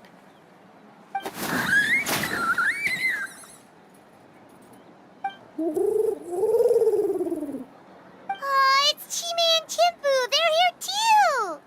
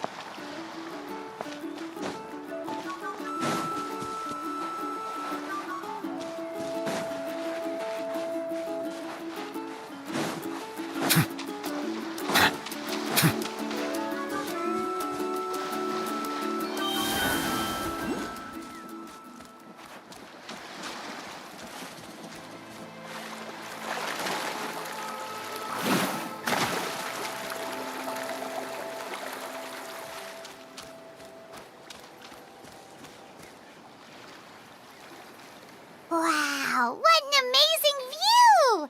And we can even see some Kaholosaurs here and there. Hey, why don't we try to get a picture with one or two of them in the wild? Well, they're so cute. They probably won't do that. Right? Huh? What's happening over there? Help!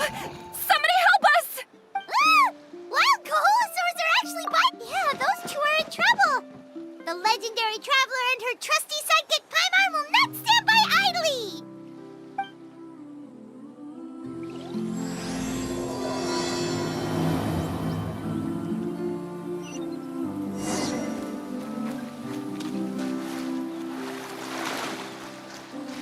Get back! Don't panic! Just hang in there! Finally! Someone's coming! Please help us!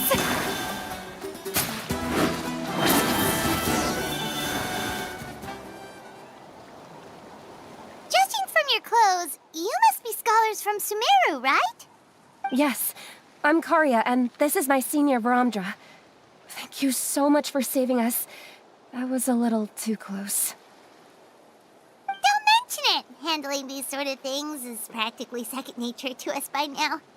Paimon is Paimon, and this is the Traveler! Still, it seems that all the Kaholosaurs just ran off. We need to capture at least one alive. Capture one alive? Correct. Say, I can see you are very skilled at dealing with them. Do you think you could use me as live bait to help us capture one? I will pay you for the efforts. Well... Apologies. Varandra has been hyper-focused on his research. So please, don't be too hard on him. Oh, no worries. But why did you approach a whole group of wild Kaholosaurs, and what's this talk about capturing them? Paimon's pretty sure that's not what they're trying to do. I'm sure we must look very silly. The fact of the matter is that we're searching for a mysterious island from a certain legend. It's said that a very important clue about the island can be found on Kaholosaurs, so approaching them without the help of a guide from the people of the Springs was certainly an unwise choice on our part. A mysterious island? Yes. There is a legend from the people of the Springs that mentions a mysterious island, and Varandra believes the key to his research can be found there. Are you certain you two won't consider my proposal to capture one? Some proposal? There's no way we'd be willing to use a person as live bait! Then I suppose discussing it any further will just be a waste of time. I must come up with another solution. Varandra! Oh, all right. You did rescue Karia and I just now, and I suppose I should express some gratitude. Thank you very much. A little awkward, but Paimon will take it. We should move on, Karia. Yes, thank you again. My apologies. That's all right. Bye now.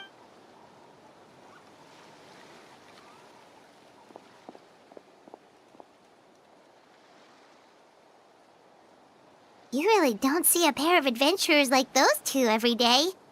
But anyway, Paimon's really curious about that mysterious island that lady just mentioned. Yeah, who knows? There might be treasure! After all the amazing places we've explored during our adventures, finding some mysterious island should be a walk in the park for us. Oh, you're right. The lady mentioned that the mysterious island is related to a legend of the people of the Springs. So maybe we can start by asking some of them about it. Time's ticking. Let's get started on our next adventure. But the real question is, who should we ask? That's an idea. If anyone, the chief of the tribe should know the details.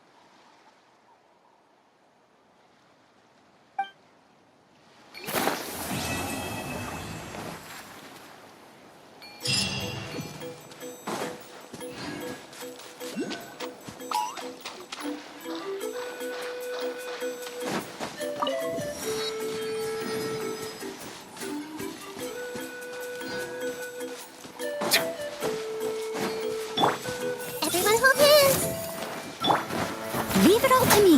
Bow your head. You're...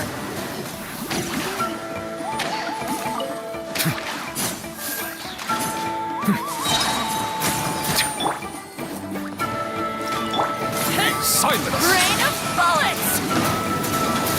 Well played.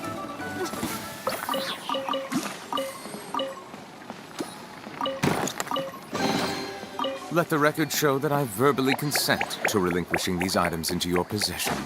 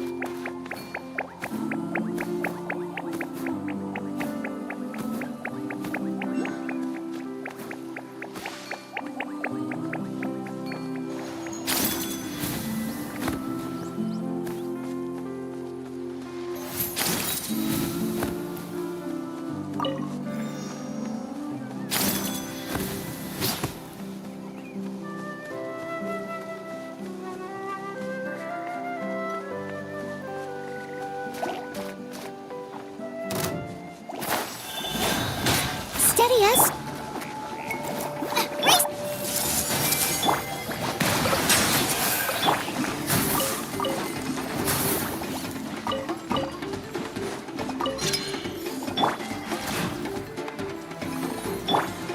I see everything. Hey.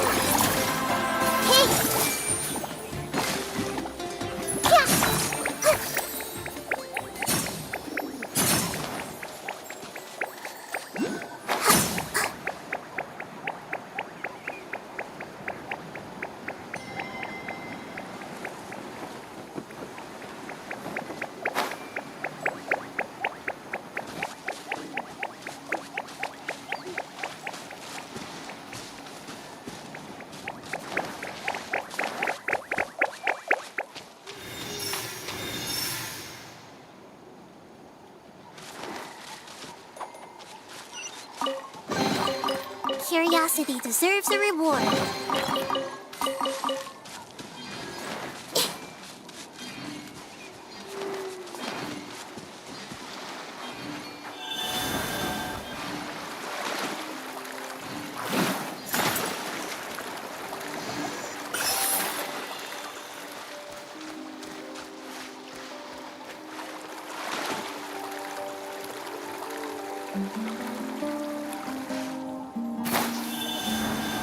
I see everything. I must leave no stone unturned. Boba, get them! Settle down. Make yourselves at home. Everyone hold hands. Eat this! Out of the frying pan. The tides beckon.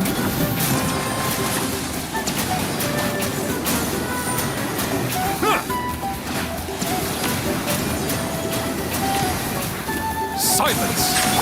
I see everything. I'll catch up steady as stone.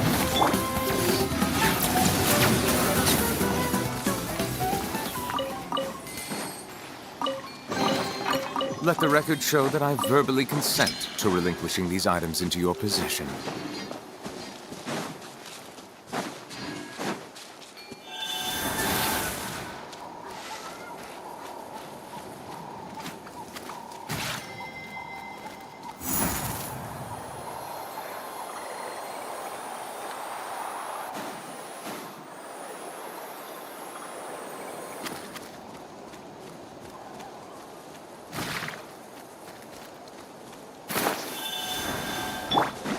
Leave it all to me.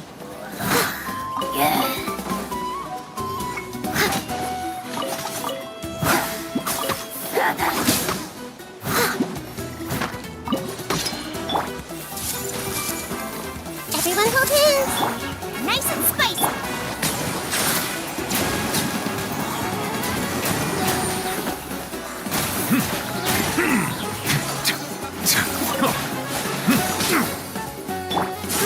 Grow! Someone, I must leave no stone unturned.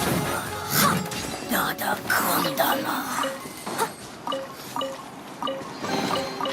Ooh, wonderful.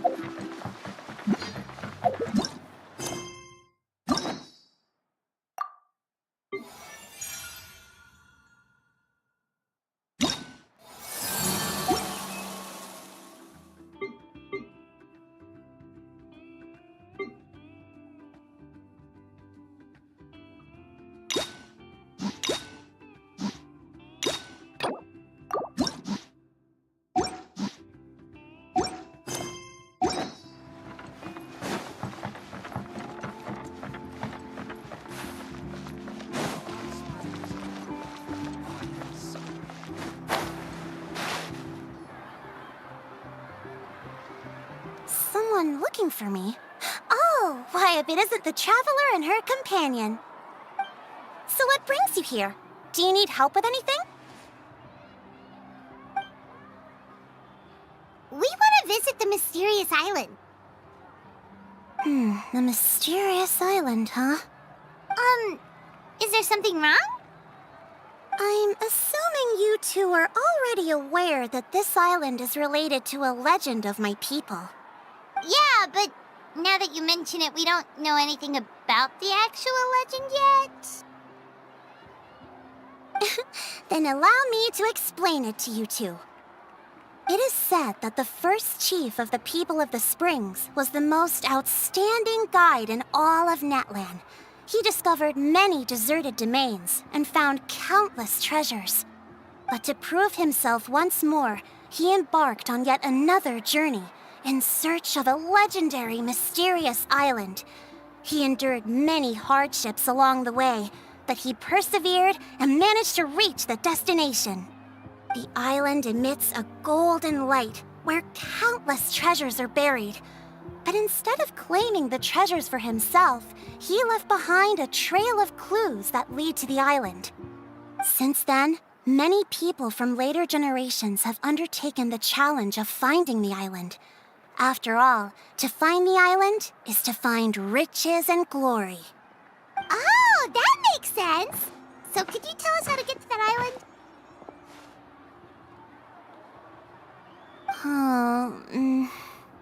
Oh, Paimon gets it! This is like a big secret for the people of the Spring, so you can't just tell anyone, right? On the contrary, it's quite the opposite. The legend and the clues needed to find the island are all already known to the public. Oh! Well, then what's the problem? Well, I'm willing to answer your question in exchange for a favor. What do you think? Sure thing! But what do you need us to do? Then you have my thanks. Allow me to tell you some details. I'll be honest, there are some among the tribe who are of rather base character. Not long ago, I received a report that a few of them were working together to scam visitors. As the chief of the tribe, I was very ashamed to hear of this. It's really hard to believe that could happen. They are targeting tourists who wish to visit that island. According to my sources, they would trick tourists into believing they are trustworthy guides before luring the tourists into spending a fortune for the sake of reaching the island. They run a pretty sophisticated operation. They would always claim the scammed money is some kind of legal travel expenditure, so it's hard to use that to directly convict them. So, I was hoping to find someone who could approach them and pretend to get scammed. Doing so would allow us to gather the evidence required to bring them to justice. The problem is, they would certainly recognize anyone associated with me, which is why I haven't been able to carry out the plan yet. Oh, Paimon understands now! We're the perfect bait because we're both tourists. Exactly! And as far as I know, you two are no pushovers. No matter what nefarious schemes they may come up with, you'll be perfectly capable of protecting yourselves, right? You betcha! If it's just a few scammers we're talking about, she'll take them all down! Wonderful! Then here, please take this.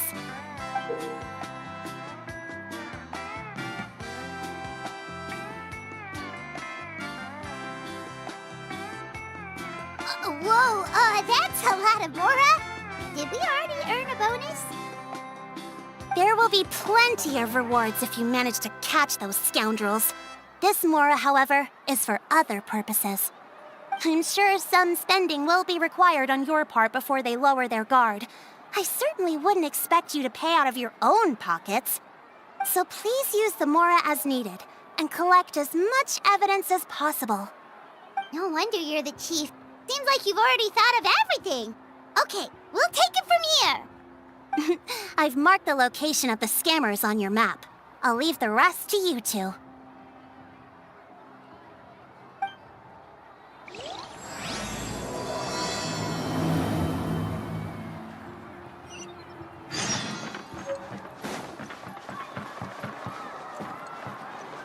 Someone needs assistance.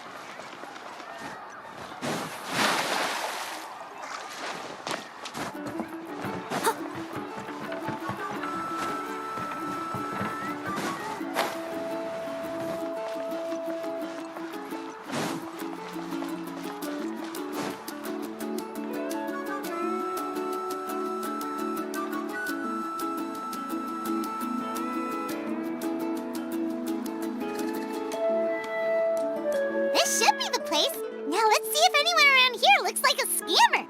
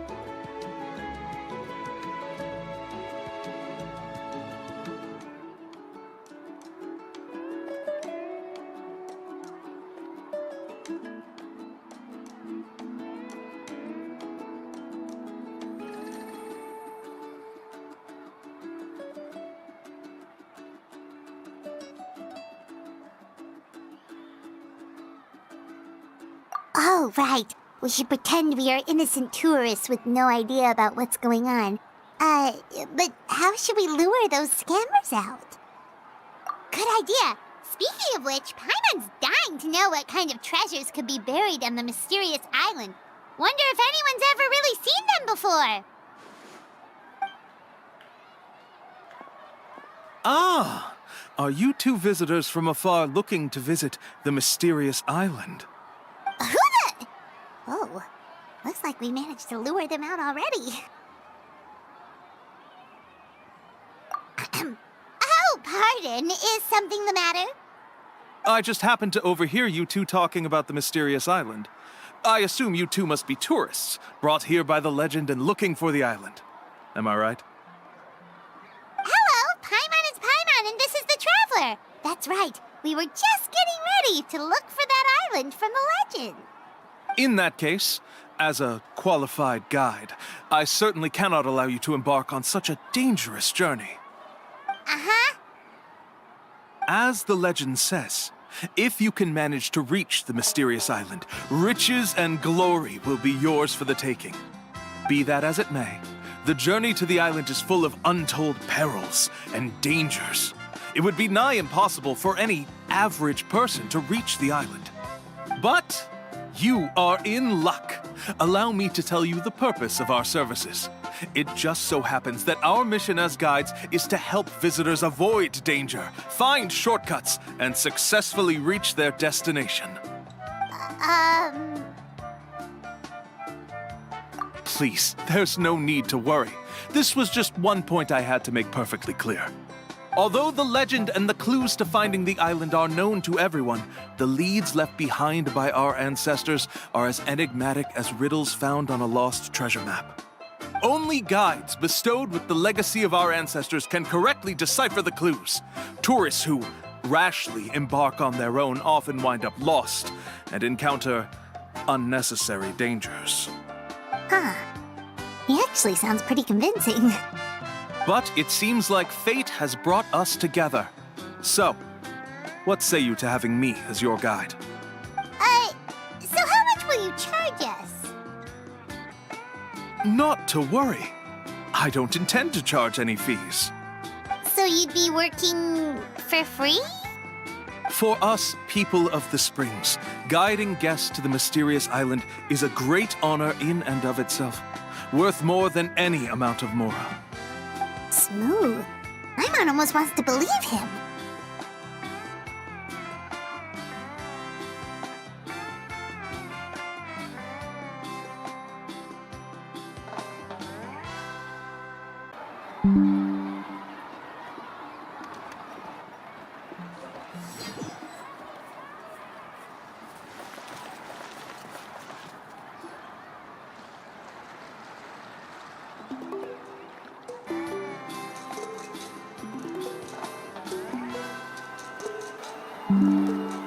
This should be the place.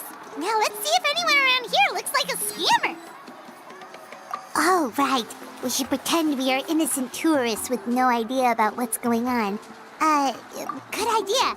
Speaking of which, Paimon's dying to know what kind of treasures could be buried on the mysterious island. Wonder if anyone's ever really seen them before. Now let's see if anyone around here looks like a scammer. Ah! Are you two visitors from a We should pretend we are innocent tourists with no idea about what's going on.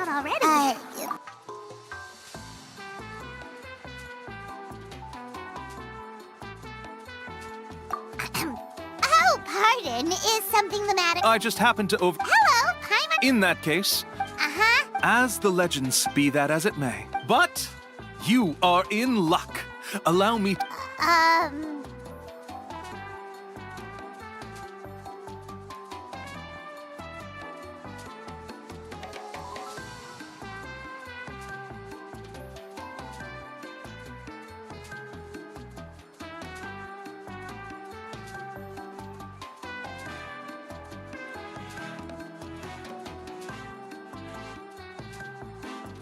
Please, there's no need. Although the lead only got... Huh.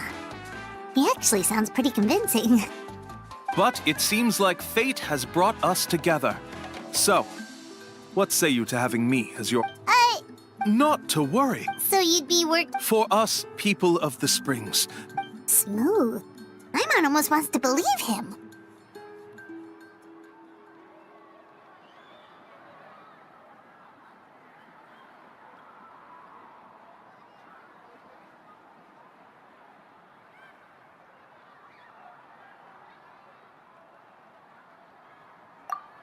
All right, thank you. Of course. Please, follow me.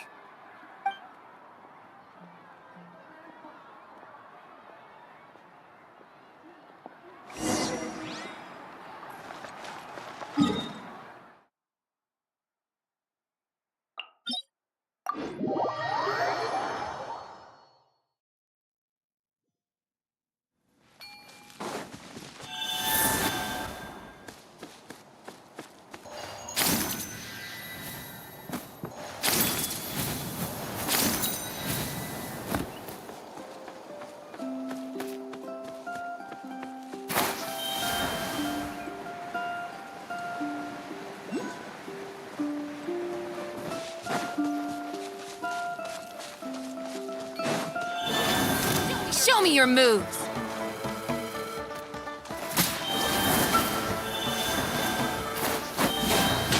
Leave it all to me. Out of the frying pan, into the fire.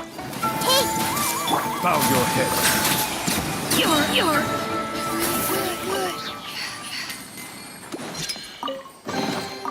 Let the record show that I verbally consent to relinquishing these items into your possession.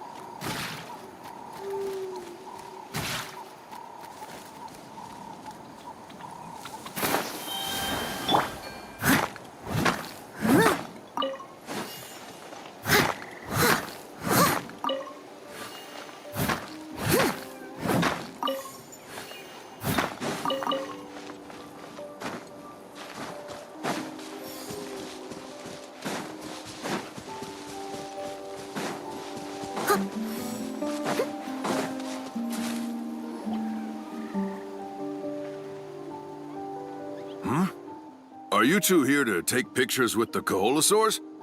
Really? Can we? Ahem. Huh? Oh, you two must be here to seek insight from Atta, right? Atta? Insight? Shh, not so loud. Openly saying their name in such a manner will only cause them to loathe you. I apologize for not explaining earlier. As you can see, Atta is the elder Kaholasaur. My senior here is responsible to serve. Atta is highly respected among the tribe and is far more knowledgeable than other Kaholasaurs. They say that Atta has actually visited the mysterious island before. Therefore, we must rely on Atta's insight to know how to get there. Really?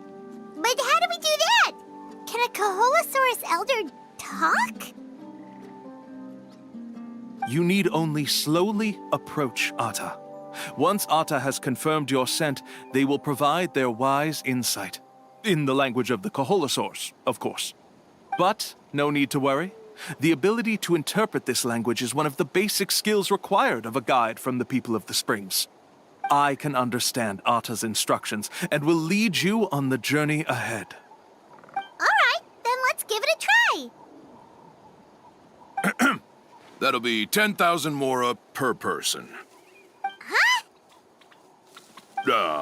In order for Atta to give us insight, they must recall their past, which can be extremely taxing for a Kaholasaur. Costs to maintain their health can be quite high, you know. I'm sorry. Such expenses may arise in the process of finding our way, but as long as we reach the mysterious island, these costs will be quite trivial in the end. There you have it. Paimon knew there was no such thing as a free lunch. Oh, Paimon has an idea. She bets they've just made up all that stuff about the talking Kaholosaur. But if we can get a receipt, that'll be proof that they're scamming tourists. With that kind of evidence, there'll be no doubt they're guilty. What's taking them so long? Well, what do you say? I'll even throw in a group photo of you two with Atta. You won't ever find another deal like this. Oh, that's an unexpected bonus. Quick, let's pay the man.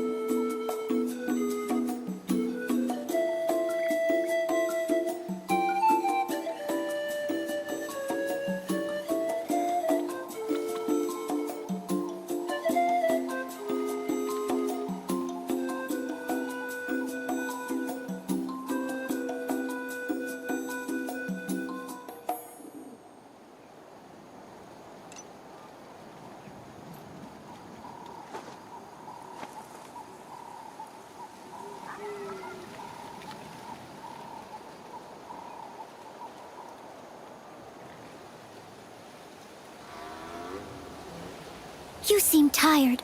Would you like some tea? I'll brew you some. Do you take sugar? 1 cube or 2?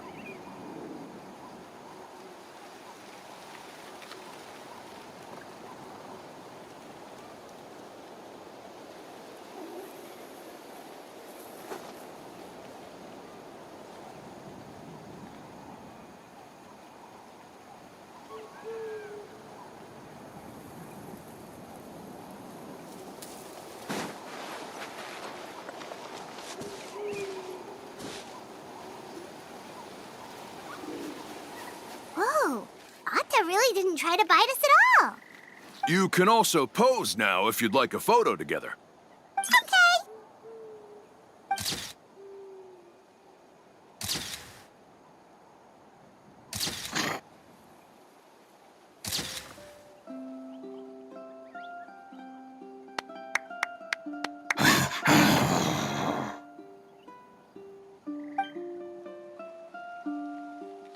Oh, Atta is already speaking? Let me listen to what they have to say.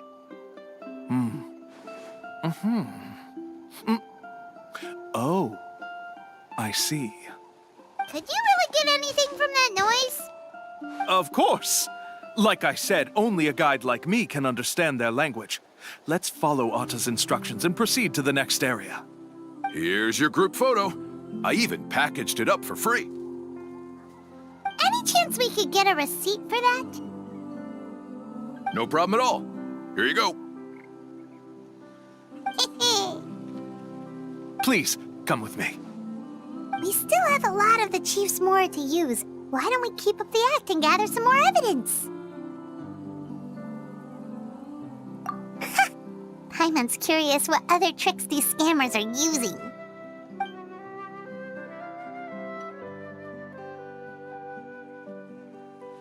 These guys are going way too far. He keeps coming up with some far-fetched reasons to make us pay for everything. With all the evidence we have now, we could bring him straight to the chief and he'd definitely be convicted.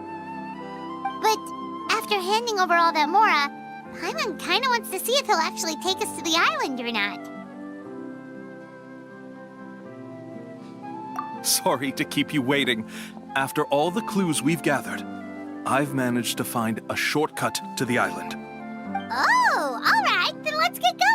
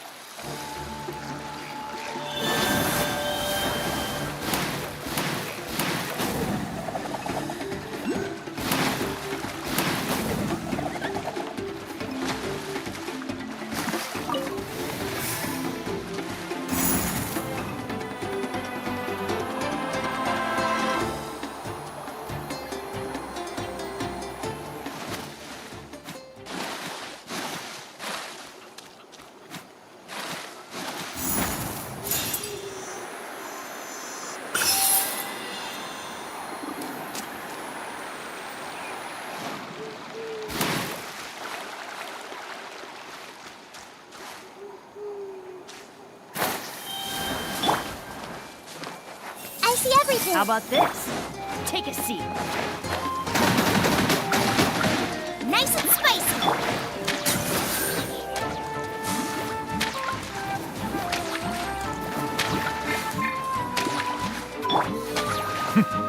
Settle down!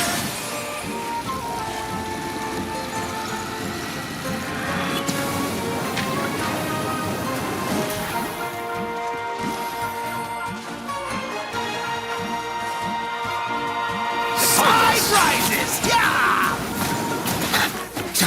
Let's finish this next time.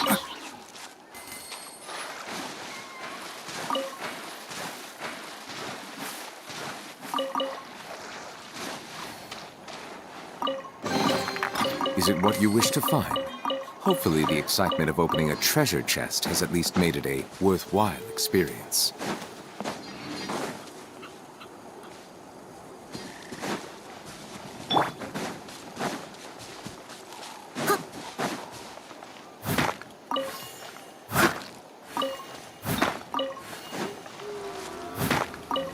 Someone needs assistance.